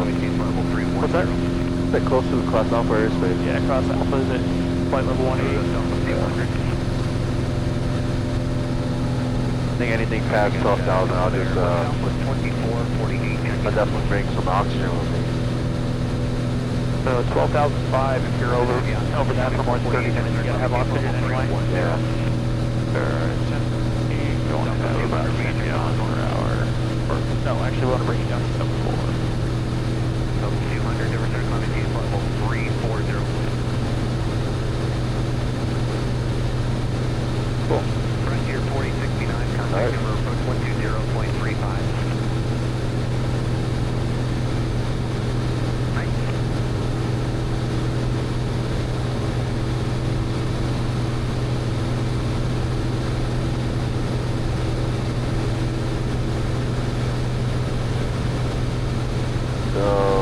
What's the heading that we have to fly? To get to Springs right now, be about 290 was what the flight plan had. Okay.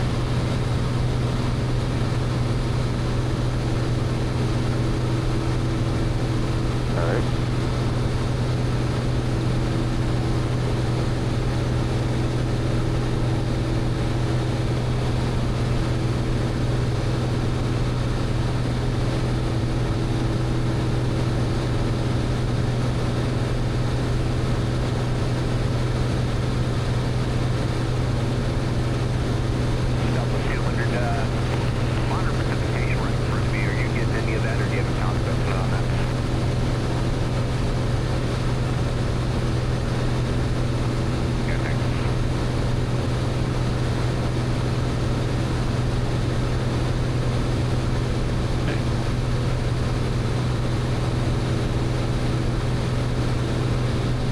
Is your tablet connected to service? No, it isn't. Okay. So you can connect to your phone, right? But yeah. I would recommend, if you could, connect to your phone whenever you go cross-country flying. Yep. Pick up the radar for the precipitation. We got a lot of rain around here. Maybe not right now.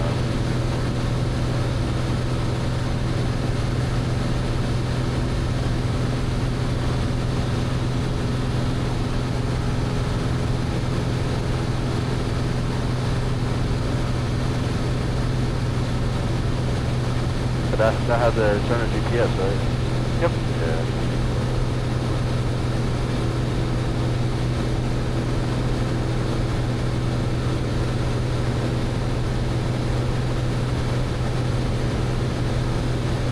Yeah, I can already feel how cold it is. I can fly. 508, never turn, climbing gauge level 340.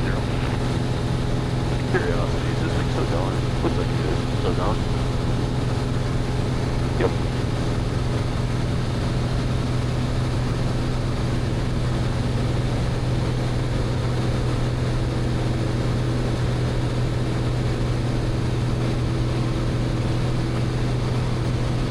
Looking at about 48 degrees or so, 47 degrees.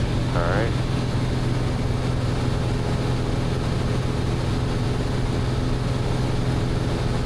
Getting colder and colder, so ice is gonna be a big factor soon. But it's good you getting all this knocked out right now, honestly. Yeah, but a couple months later it'll be getting awful chilly. Not only is the daytime window going to be shorter, have to deal with the ice. Yep. Hey, are you a snow person or a snow person? I am, yeah. A snow person? Yep. Oh yeah? I love the winter. Nice. I originally, before I bought the property down in, or down in this part of Colorado, I had a plot up in Wyoming. Oh, you sold that one? I did end up selling that one, yeah. Oh, nice. Biggest thing is it was closer to 6 hours away from where we're at in the spring. That's not too bad of a drive. No, but between that and the fact that like nearly daily during the fall and winter, Yeah. like 40 to 50 mile an hour winds. Oh. With the whole goal being that I have a runway and whatnot, I figured that somewhere with a little less wind was going to be a better spot. Is it flatter out there? It's about the same flatness, but the property I got, interestingly enough, is almost in a valley kind of setup.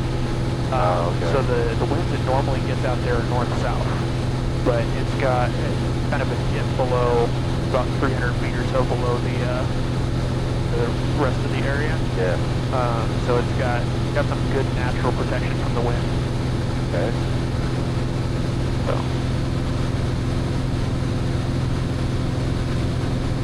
Is it expensive to get in land out there? I paid $22 for it. That's it? Yep. That? So How much you got the one here for?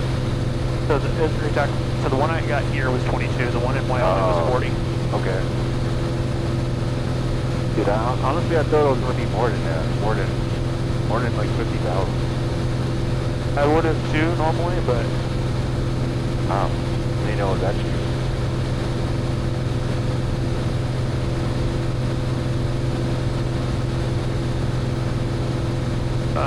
so it depends on where you buy and kind of what you're willing to accept in terms of the sacrifices. Is part of the reason why it's as cheap as it is. It's in the middle of nowhere. Yeah. So At that point, it's your land, and you can do anything you want with it. more or less, there are zoning requirements I have to fill though too. So you gotta pay like property taxes. Yeah, it's about 150 a year. Okay, that's what's up. It'll go up once they start developing it though. Yeah.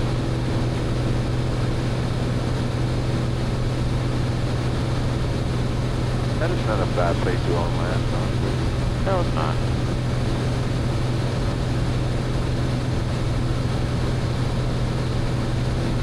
We'll see what I end up doing now too, because if I can hack it, what I'd really like is I'd like to plot up in Alaska.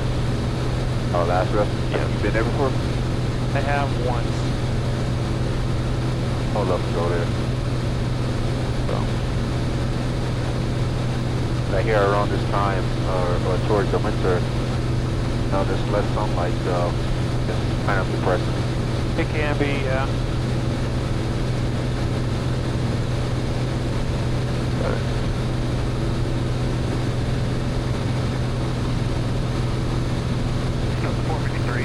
What may end up happening is that if I can get a property up in Alaska separate to the one down here, is I may have that as like the summer house and Come on, be yeah. down here for winter.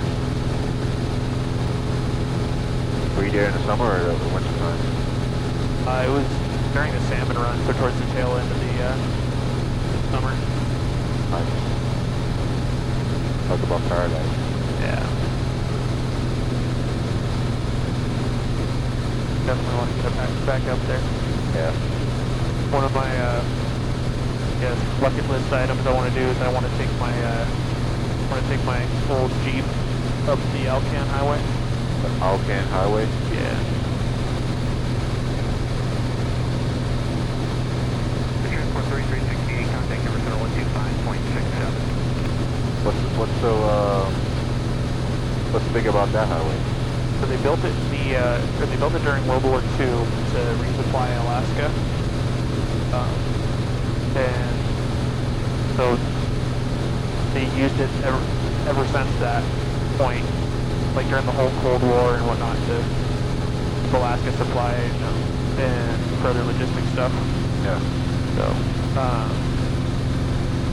back in the 50s when my Jeep was made, there would have been convoys of those Jeeps and whatnot.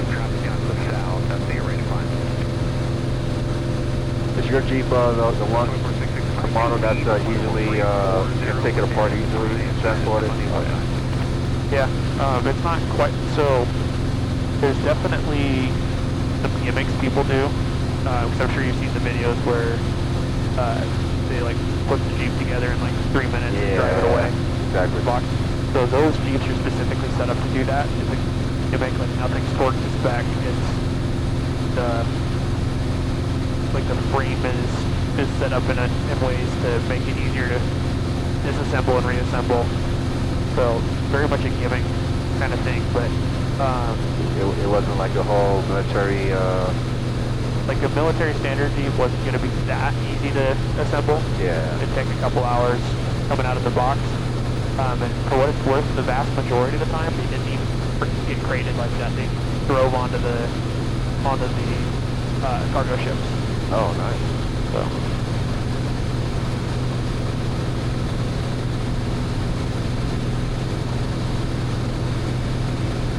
Yeah, I like those Jeeps. Yours, you can put the windshield down, right? Yep, it's two latches basically on either side. Nice. Hold it down. That's the classic right there. The windshield wipers don't work. Or I guess the windshield wiper has only got one right now. Oh. And I haven't gotten around to replacing them. So when it rains hard enough, oftentimes what I'll do is drive slow and drop the windshield. Just drop it. Yeah. I get smacked with raindrops a little bit, but not the end of the world. Yeah. It's the full manual too, right? Yep.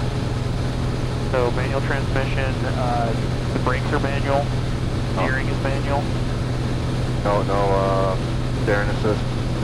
No power steering of any Power kind. steering. No power brakes either. Wow. That's as mechanical as it gets. Yep.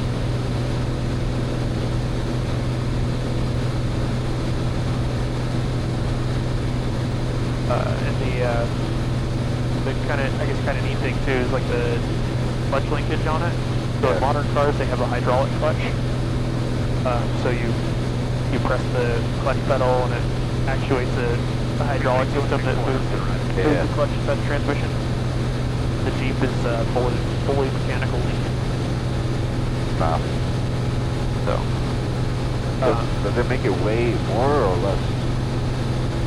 It's not really a difference in weight. It's just because back then they didn't have reliable hydraulic systems like they do now.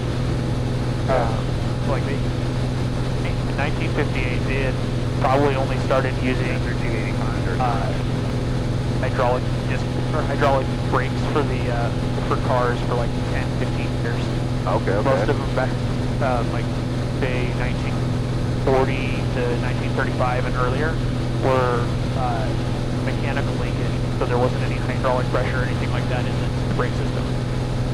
So just drum brakes, I guess. they are drum, or they were stock. I swapped the fronts to the. Oh, nice. I added larger tires on it, so I wanted a little bit more stopping power than what I had. Yeah. But bet you it handles like the seats. No. Yeah, I guess yes and no, because the tires I've got on it are not great no tires. They're MT, which stands for maximum traction, so they've got the big knobby grips on them. Yeah. But the issue is that MTs don't usually have siping. There's the little grooves cut in the treads that helps grip on ice and packed snow. Okay. So on packed ice and snow, it's not great, but in like fresh powder snow, it's fantastic. Yeah. It's all-wheel drive, right? It's four-wheel drive, yeah. Four-wheel drive. 4.0. No, I always wonder what the difference between all-wheel drive and four-wheel drive is. So all-wheel drive typically is sending power to all the wheels constantly. So are you familiar with differentials, right? Yeah. So you need a differential on your axle, so that way when you're going around a turn, you don't end up having one of the tires grabbing more than it should. Yeah. Which causes damage to the tires and to the axle itself. Similar concept with four-wheel drive. You don't have a differential in the transfer case. The front axle or the front drive shaft and the rear drive shaft spin at the same rate. So if you go around turns and on drive payment and whatnot, it'll bind out. I see. So all-wheel drive, to avoid that, has a differential and clutch pack system in the transfer case, which makes it safer to drive on the street. The issue is though that when you are actually in a low traction situation, it'll send power to whichever tires and axles are slipping rather than the one that you actually are getting traction in. Okay. So makes it better for inclement weather on road. Yeah. And I'm not sure if it's traffic or a star in the haze. It's about right there. Not seeing it again. But back to 3 dots. No, it's good stars. yeah. But anyway, so for four-wheel drive, there's not a differential in the transfer case, so it sends an equal amount of power to the front and the rear, which is good for off-roading, not great for on-road stuff. If you're on dry pavement. So there's no way of, I know with some cars you can switch between 2-wheel drive and 4-wheel drive. Yep. Your Jeep is not like that? No, my Jeep is like that, so it's part-time. So there are very few exceptions to the rule of it being part-time four-wheel drive or all-wheel drive. So, yeah, my Jeep actually has 3 sticks. So the transmission, even the gears, you've got one stick that puts it into four-wheel drive or two-wheel drive, and one stick that puts it between high, low, and neutral. Oh, okay. And yeah, so there are full-time four-wheel drive vehicles. Very common ones are going to be the Toyota Land Cruiser from about 1991 on, and then most Land Rovers. And what that means basically is so it's kind of like an all-wheel drive system in that there's differential in the transfer case. Okay. But that differential can be locked. So what that means is that basically you're able to push a button or shift it in a low range, and the differential, you just had a shooting star no rest. No way. Yeah. So the differential locks up, and then it sends equal power front and rear. So when it's unlocked, it allows that slippage between the front and rear, so it doesn't break things. Oh, nice.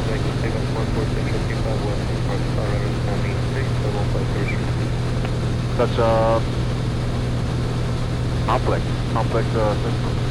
Yep. Impressive that they managed to figure that out back in the day. Oh yeah, definitely. Going 630, good, Emerson around, get a light down.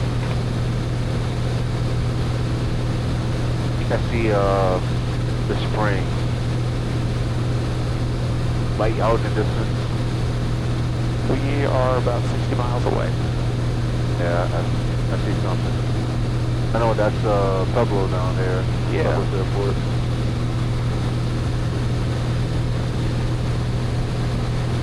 But it always spooks me out how you can't see the mountains from here. Yeah.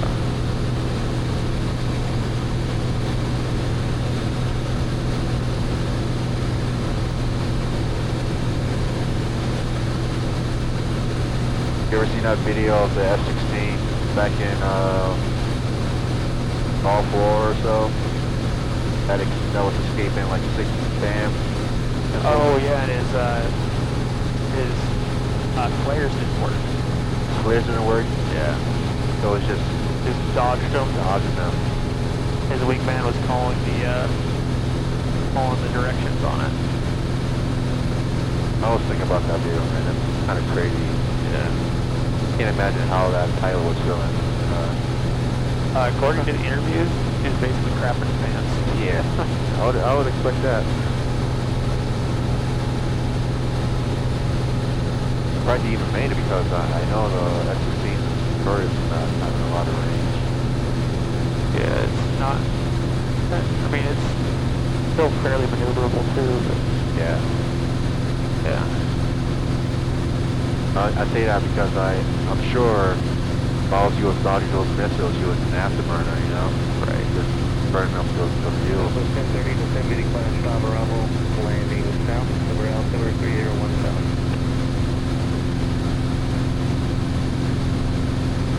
Would you fly fighters? Yeah, I mean, given the opportunity, I probably would. But if I get picked up, ideally, I'd like to go some kind of C-130 variant. Yeah.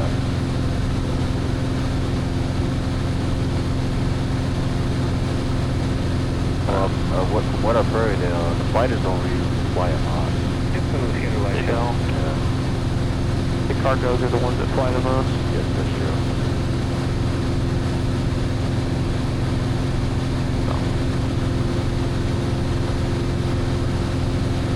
Down to 495 to 1080 class 5 arrival, landing south, and we can delete the speed moving around.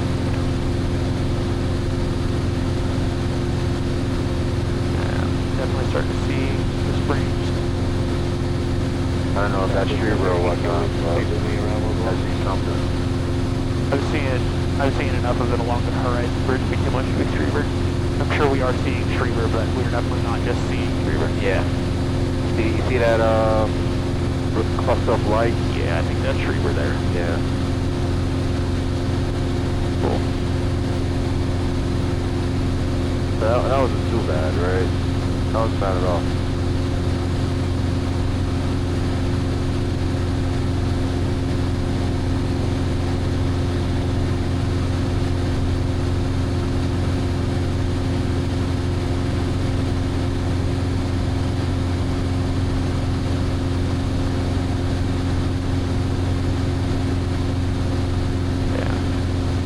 Apparently the FAA is pushing pretty hard to get 141 schools to have their own DPEs. Oh yeah, I've heard that. And I was overhearing in the office that apparently we've got at least one of our, I think it's one of our assistants is supposed to be doing the certification for that soon. Most likely will be less, the chief. Yeah.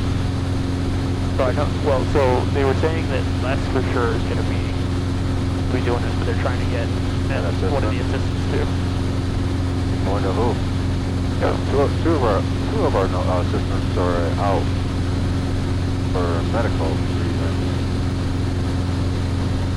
Or maybe Dave. Yeah. But that would be convenient instead of having to go out to PPE. Yep. And I imagine the flight school will charge a little less, maybe. Yeah, in that case, all you got to do is just pay for the instructor time. Yeah. So my understanding. So I have heard of other schools that gotten their in-house DPs. Yeah. And basically, you're just paying whatever their advanced instruction rate is for the time that you do it. That makes sense. But yeah, so the FAA is pushing real hard with that. Bizdos are not happy about it though. Yeah, because you don't get to be the mafia that they are. Right. It's crazy how much these guys are making that. Right.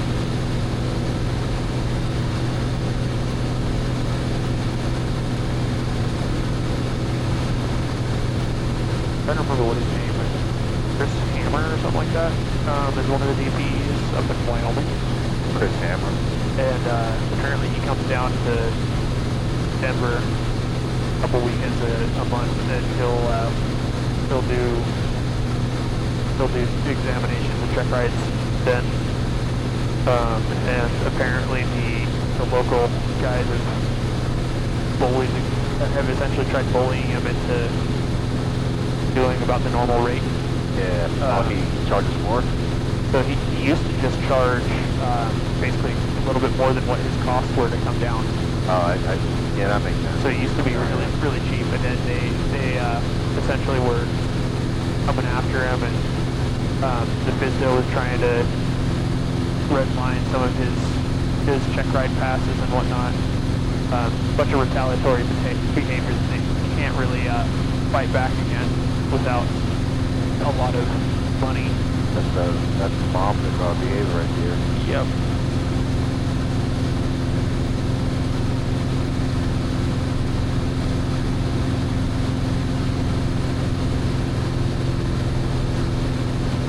We're supposed to have one guy come out from,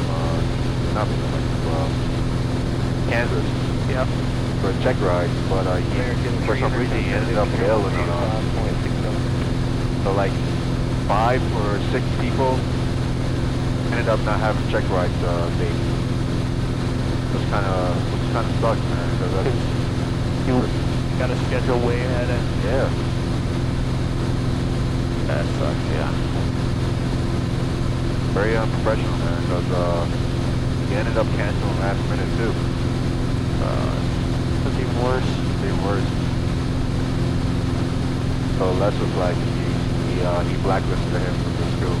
Oof. Yeah, so. United 1650, descend now to puzzle 320, then descend to the next 4 on the landing south. I usually take my guys to, guy's name, Dean DeWeese, Kansas. United 1650, you can delete the speed when we run. About 3 hours from here. But hopefully, you find somebody closer so you don't have to go all the way down there. I don't necessarily mind having to go out to Kansas if I have to. That's a nice place. 3397 Emerson Rogers, then Angel Line Cap ahead.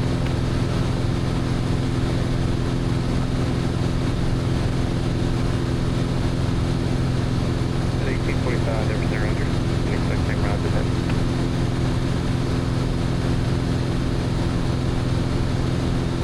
This is the main Emerson Rogers.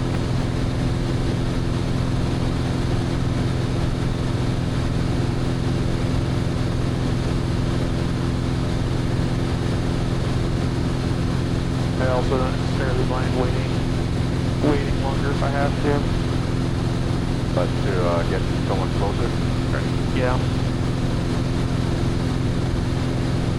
But the way I look at it is, because again, because I'm not trying to go to the airlines, I'm not rushing to get certifications. For me, I feel like worst comes to worst, I'm just better prepared for the check ride than I would have been otherwise. Of course. So, as long as I keep flying. So.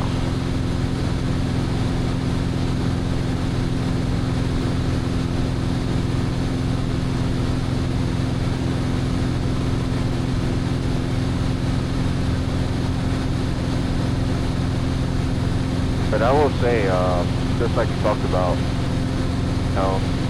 when you can, just find something for stage 2. Right. But you should be good. Yeah, I'm still trying to figure out what my sleep schedule and whatnot is going to be for the shift work I'm doing. And that should be rough on you when they change your schedule like that, right? Because Yeah. like you're switching at your daily schedule. Nice, man. Yep. I mean, it worked out for the flight tonight. Is pretty well set up for being awake right now. Oh, so you start tomorrow? Yeah, tomorrow I'll be working midnight to 8 a.m. So That's rough. Midnight to 8. yep. Is that really considered shift? Swing shift? I think it's a mid. A mid? Yeah. Well, I think so. I'm not sure. Honestly, I couldn't tell you what the different names are for them. Yeah. I just Technically, go to work when I'm told to. You work in the mornings, right? Like, Yeah. and you have the full day to yourself. So, but I gotta be. I Yeah. gotta take advantage of the kids being at school for some of that, at least for sleeping. True. Now we're getting closer. There's the windmill farm over there.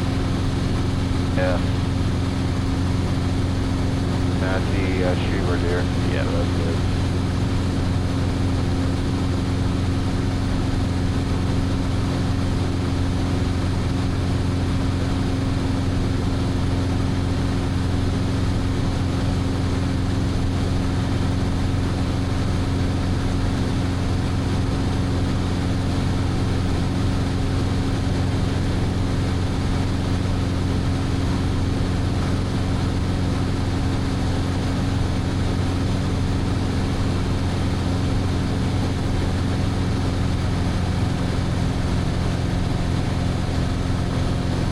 So we'll say trying to keep the throttle set in 9.9 is a bit of a pain because it still doesn't Oh yeah. backing out or going in. Hey, you want to keep it up, man? Get there, go for it. We're pretty close, right? We're about 40 miles. Yeah. So.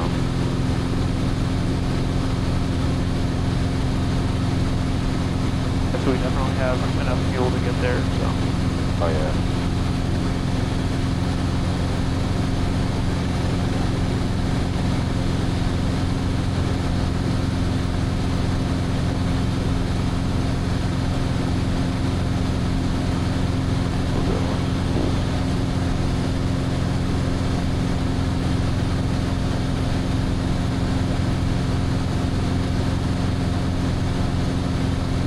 I think I see spring beacon. Yep.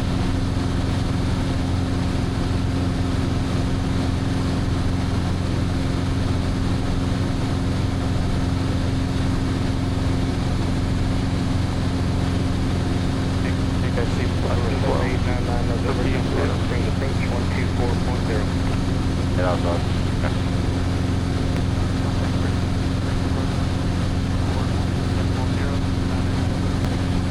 Alright. I would say we can pick up the weather. Good call.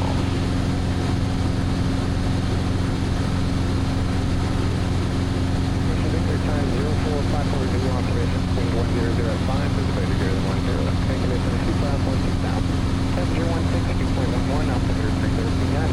If you approach an east, turn departing runway 17 left ahead, runway 13. Notice the intermission, runway 17 left line, is out of service. Runway 17 right is closed. Taxiway Alpha southbound 4 is closed. Taxiway Charlie southwest tower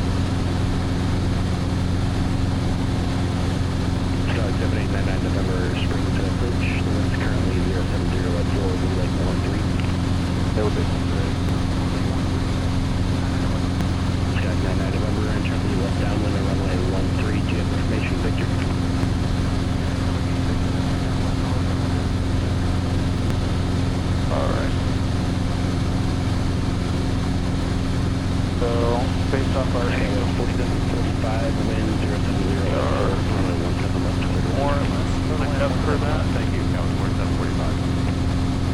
Yep, I agree. It'd be a long downwind, but And okay for American 790 to go into that. Yeah, your choices are in. Thank you. So how come you decided not to pursue a career in aviation? what I've found is that if I end up doing my hobbies for work, it takes away all the enjoyment of doing the hobby. I agree. So, and honestly, so it's not necessarily that I'm opposed to doing aviation for work or as a career. It's that my if life goals involve retiring as early as I can. yeah. And military is the best path for that, or active duty military is the best path for that. So I just got to finish out my 20 and I get the pension. If I can get a commission and fly, or as a rated officer, I'll fly for the Air Force. No sweat, but ultimately I don't care what flavor of officer I go in as. Yeah. Just as long as I can get that officer pay. Yeah, that's way more than E5, right? Yeah, so I did the math on it, and if I were to commission today, I'd be making about $1,600 a month more than what I'm making. That's That crazy. just isn't O1E. That's crazy. So immediate $1,600 a month raise, and then you still get time and service, time and grade, pay raises, as well as guaranteed to O2 at 2 years in, and I'm captain at 4 years in. Nice. So you got BAH too, right? So. Yep, and BAH does start to go up as well. Although right now, I think it's like $20 different between O1 and B5 BAH. Okay. But it does start to scale pretty quick once you start promoting. Yeah. Got wait for that. You want to review or are you going over south? We're going to everything just stay the turn. Okay, we'll say 124.10. So you'll find me put the tower in. Although it sounds like maybe Yeah, might stay with it. which would make sense because they start dropping manning at night. Yeah.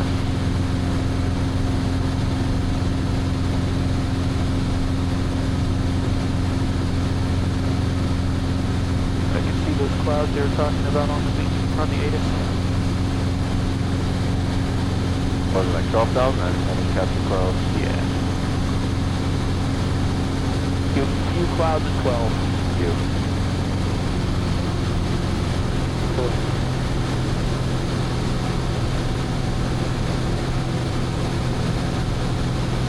Okay, so based on the calculation that we talked about, what do you think would be a good distance to? I'd have to do the math on the calculator, but I'd imagine probably 10 or 11 nautical miles. All right.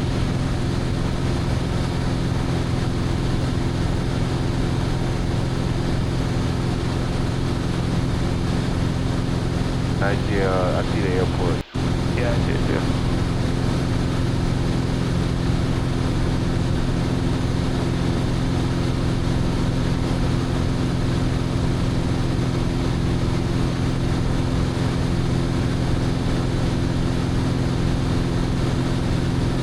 Trying to line up my downwind though so we don't cross 17. Sounds good. Take that space.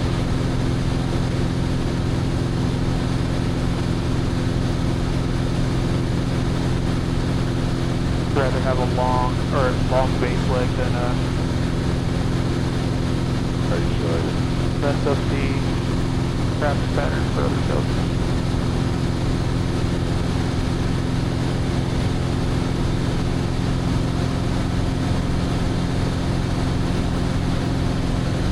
Still about 48 degrees. Okay. Kind of real kind of interesting how like that's 500 or 1,000. No, seeing the layers, how much of a difference the temperature rises and drops. Yeah. Also kind of interesting, doing the math between the dew point and the adiabatic cooling.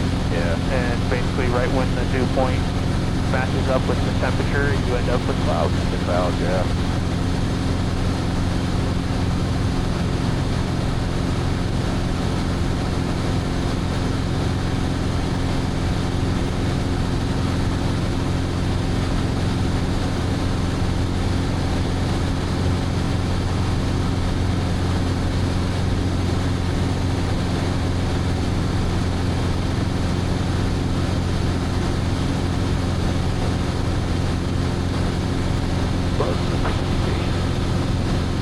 I think we're getting a little precipitation.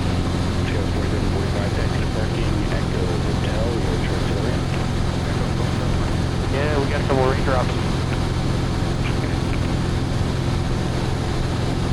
Trying to see it.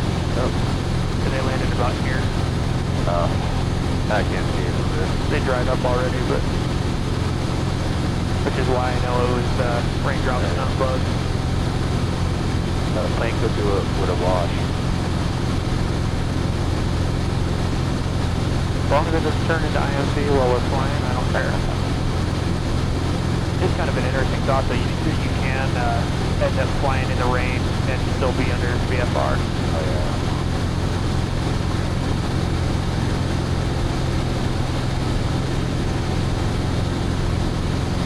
So, whenever you have the radar, they say that anything green is good, yellow is okay, Yep. stay away, but red, definitely no go.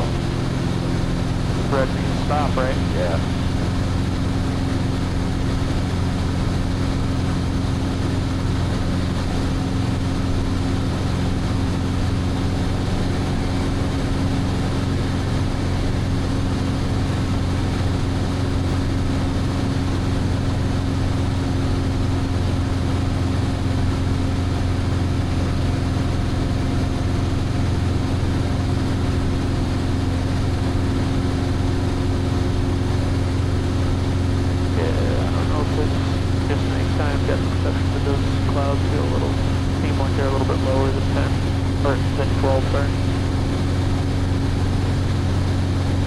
About 1,000 feet above. Yeah. Put them around 11. 11, This is part of why I extended a little bit. I felt like we were getting a little close to the clouds. might be a whole depth perception. Because of the nighttime, yeah. But, and that's what I said when I started talking about it. But at the same time, it's better safe than sorry. Don't particularly want to end my night cross country with flying into IMC. Hey, why not? You get to log actual instruments on. And a plane that's not ready for it. without an instrument clearance. Yeah. United 1412, Springs approach, turn right heading 200. Vectors for the visual approach, runway 1 left. Right turn heading 200, United 1412.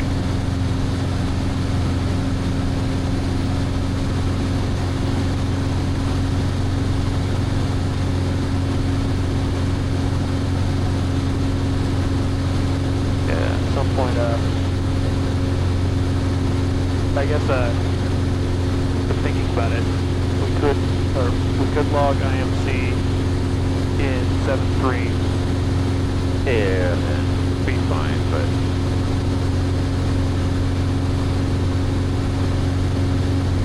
It'll be a good experience too, at one point. yeah. But it's very disorienting for first timers.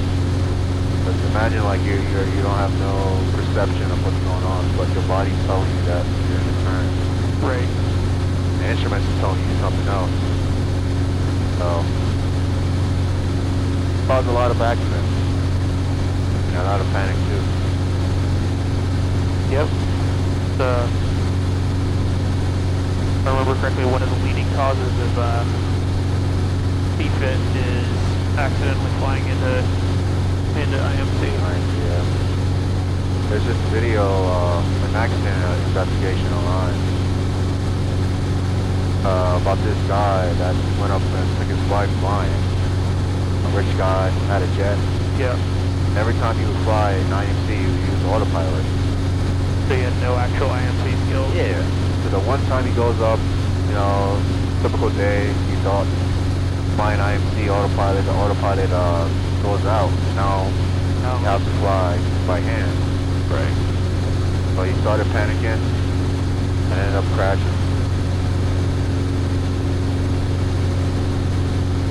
It's one of those things where you have to... Those hand flying skills, man. Yeah, the hand flying skills.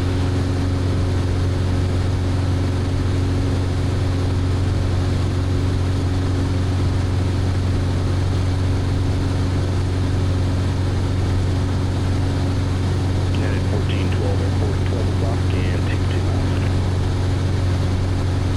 We're looking at United 1412. Cadet 14. Did you hear about the accident from at Centennial?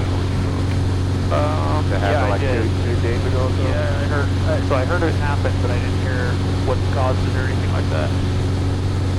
I didn't hear what caused it, but I'm suspecting based on looking at the track that they probably had like an engine failure and take off. They were trying to turn back into the runway, you know, the impossible Oh, turn. actually, I did hear about that. Yeah, it looked like they were doing. They tried the impossible turn. Yeah, impossible turn. I'm crashing. Still flying up an answer, so detail an answer. Doctor colors and colors. Alpha 3019, information vector passenger 177 for 14,000. We'd like to put the RNet Zulu with the left passenger on recording. Gotta love the Bonanzas shirt. Oh yeah. They're cool planes, but I feel like they have a bad rep for getting in crashes. Yeah, I wonder what it is. Is it just bad piloting, or is it a bad design, or what? So my understanding is that it's a combination of factors. So one is that it started out as kind of basically it was Cirrus before Cirrus came out. Oh yeah, that makes sense. So the semi-luxury single engine commuter plane. Yeah. And so like doctors, dentists, those kinds of guys who were commuting with them and had a Bad money. and then second off, because the V-tail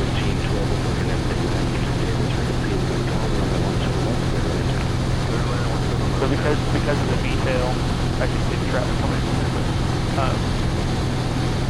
they fly a little bit differently. It's not that they're difficult to fly, it's that you just have to have it's a different skill set, I understand. So it behaves differently when you're trying to pitch up and pitch down, as well as when you're trying to rudder for turns Yeah. and all that stuff. So the result is that if you're not on your game, and again, similar to the guy you were talking about with the jet, a lot of these guys are just plugging in the autopilot. Oh yeah. And so when it comes into situations where they have to hand fly, they're used to whatever they did their private in. True. And they just don't have the skills to hand fly it. Yeah. And most of these times, that these doctors and lawyers don't fly as often as they should for their job.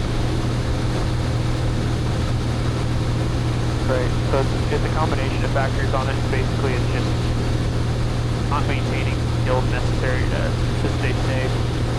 It's a cool plane though. Yep. They're not a bad price anymore. So now that the Cirrus is the thing, They're getting they're cheaper now. yeah, I've seen them as cheap as like 60 or 70. Not bad.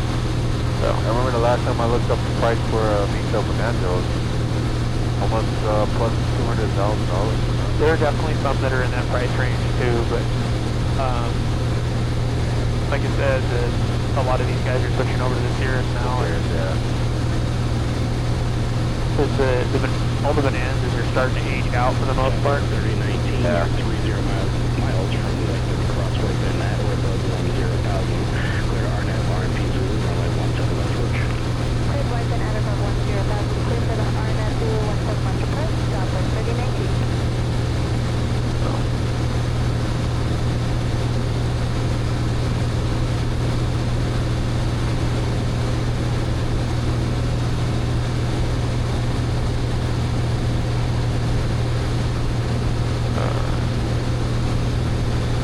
angle myself a little more to the north here, so that way I give myself space, not wind.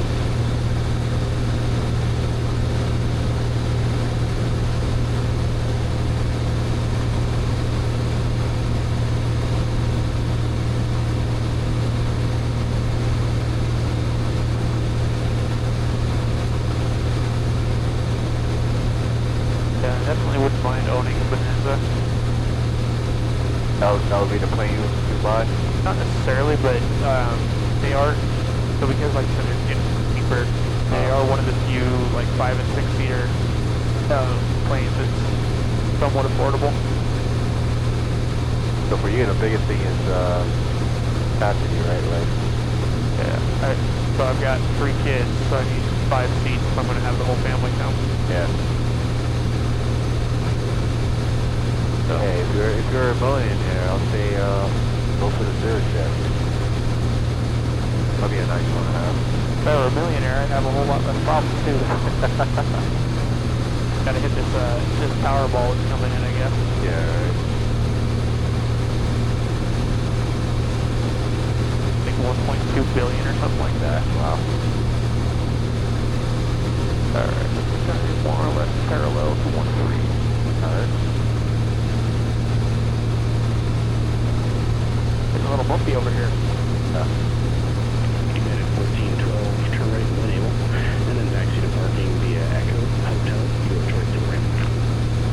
Right turn, Echo Hotel, and our choice first at 112. Okay. Skyhawk 9 November, wind 130 at 3, runway 13, clear to land. Runway 1 clear to land. I think this is the furthest out I've gotten the landing turn. Alright.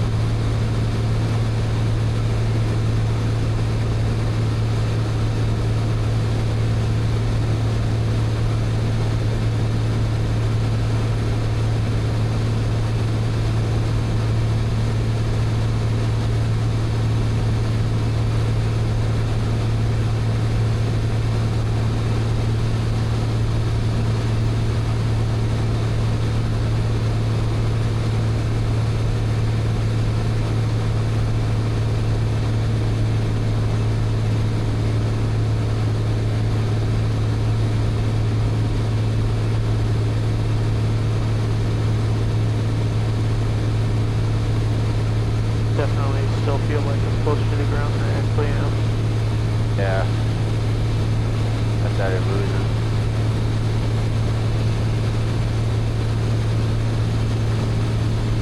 Sure we're not cutting anyone off on final.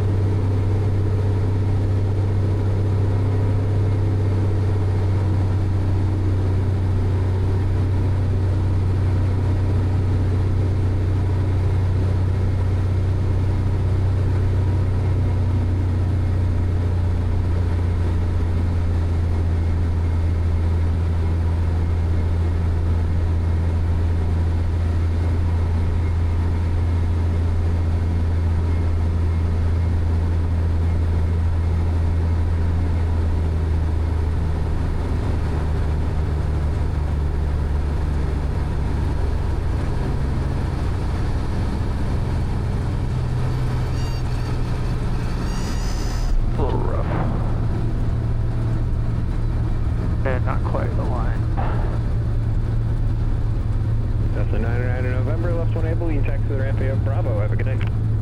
Left 1 able taxi via Bravo, Snyder and November. Southwest 3019, wind calm, runway 17 left, clear to land. 17 left, clear to land, Southwest 3019.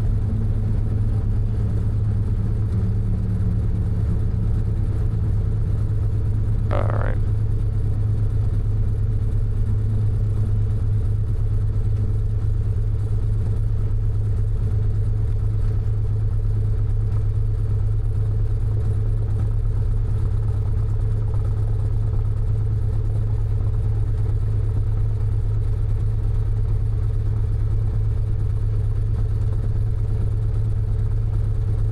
Alright, so for this we can turn the strobe off, but we keep the taxi light on. Yeah.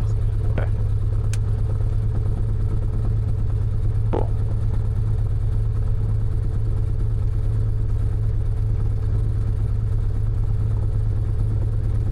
This has to be the most flying you've done, right, so far. Like the longest flight Yeah. I've done, yeah, I think so. And then knocked out both of our remaining night landings. Oh yeah.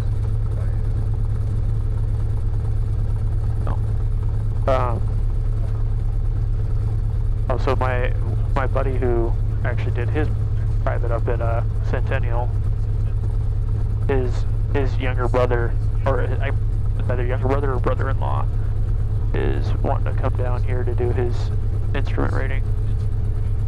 Apparently he's in the guard and is tired of paying almost $200 an hour for Oh yeah. their instrument birds they've got up there. Is he flying at Centennial Flyers? I don't. Club? I think it's a club up there. I don't remember which one it is though, off the top of my head. Crazy how much these people are paying for hourly rates, you know? Right.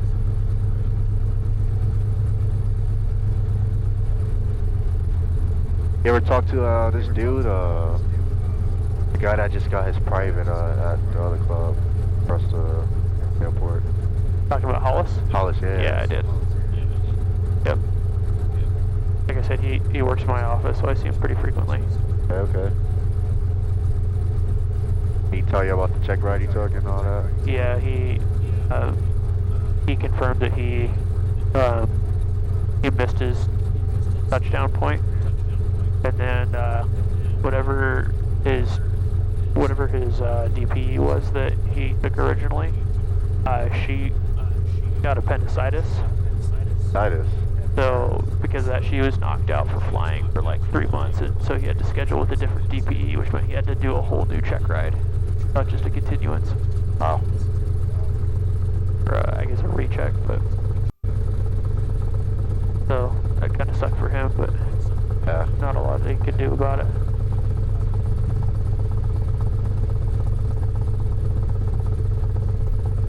He's doing the same job as you, right? Just civilian contractor. He's a contractor, so actually he works in my office, but he does a very different job than what I do.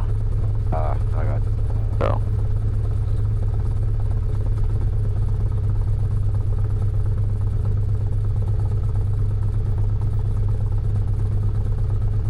And that comes apart because there's 2 squadrons that work in my office. Okay. So he's attached to, it's called the 5th Electromagnetic Warfare Squadron, and I'm attached to the 37th Tactical Intelligence Squadron. So he's more on their ops side of things. Oh, two different things, right? You guys do. Yep.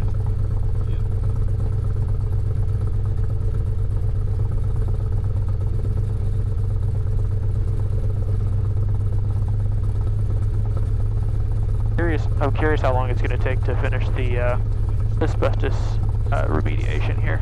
Yeah, right. Right. It's been a while since the beginning of this year. Yeah, I think it was like April or so that they started shutting it down.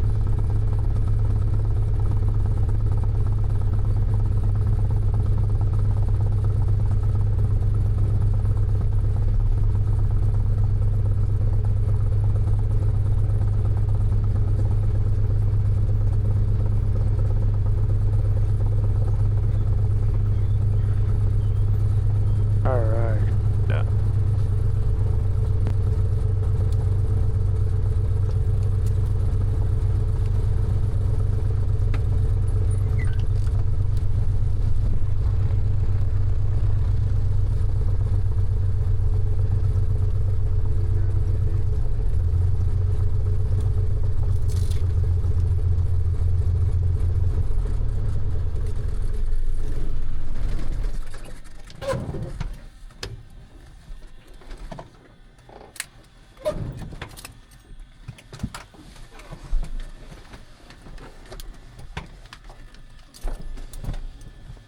So I was looking at regs for instrument lighting, For instrument what? like instrument lighting.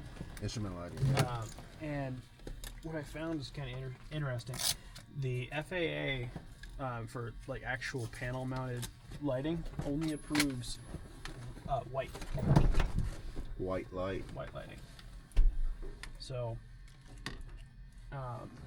Like the back.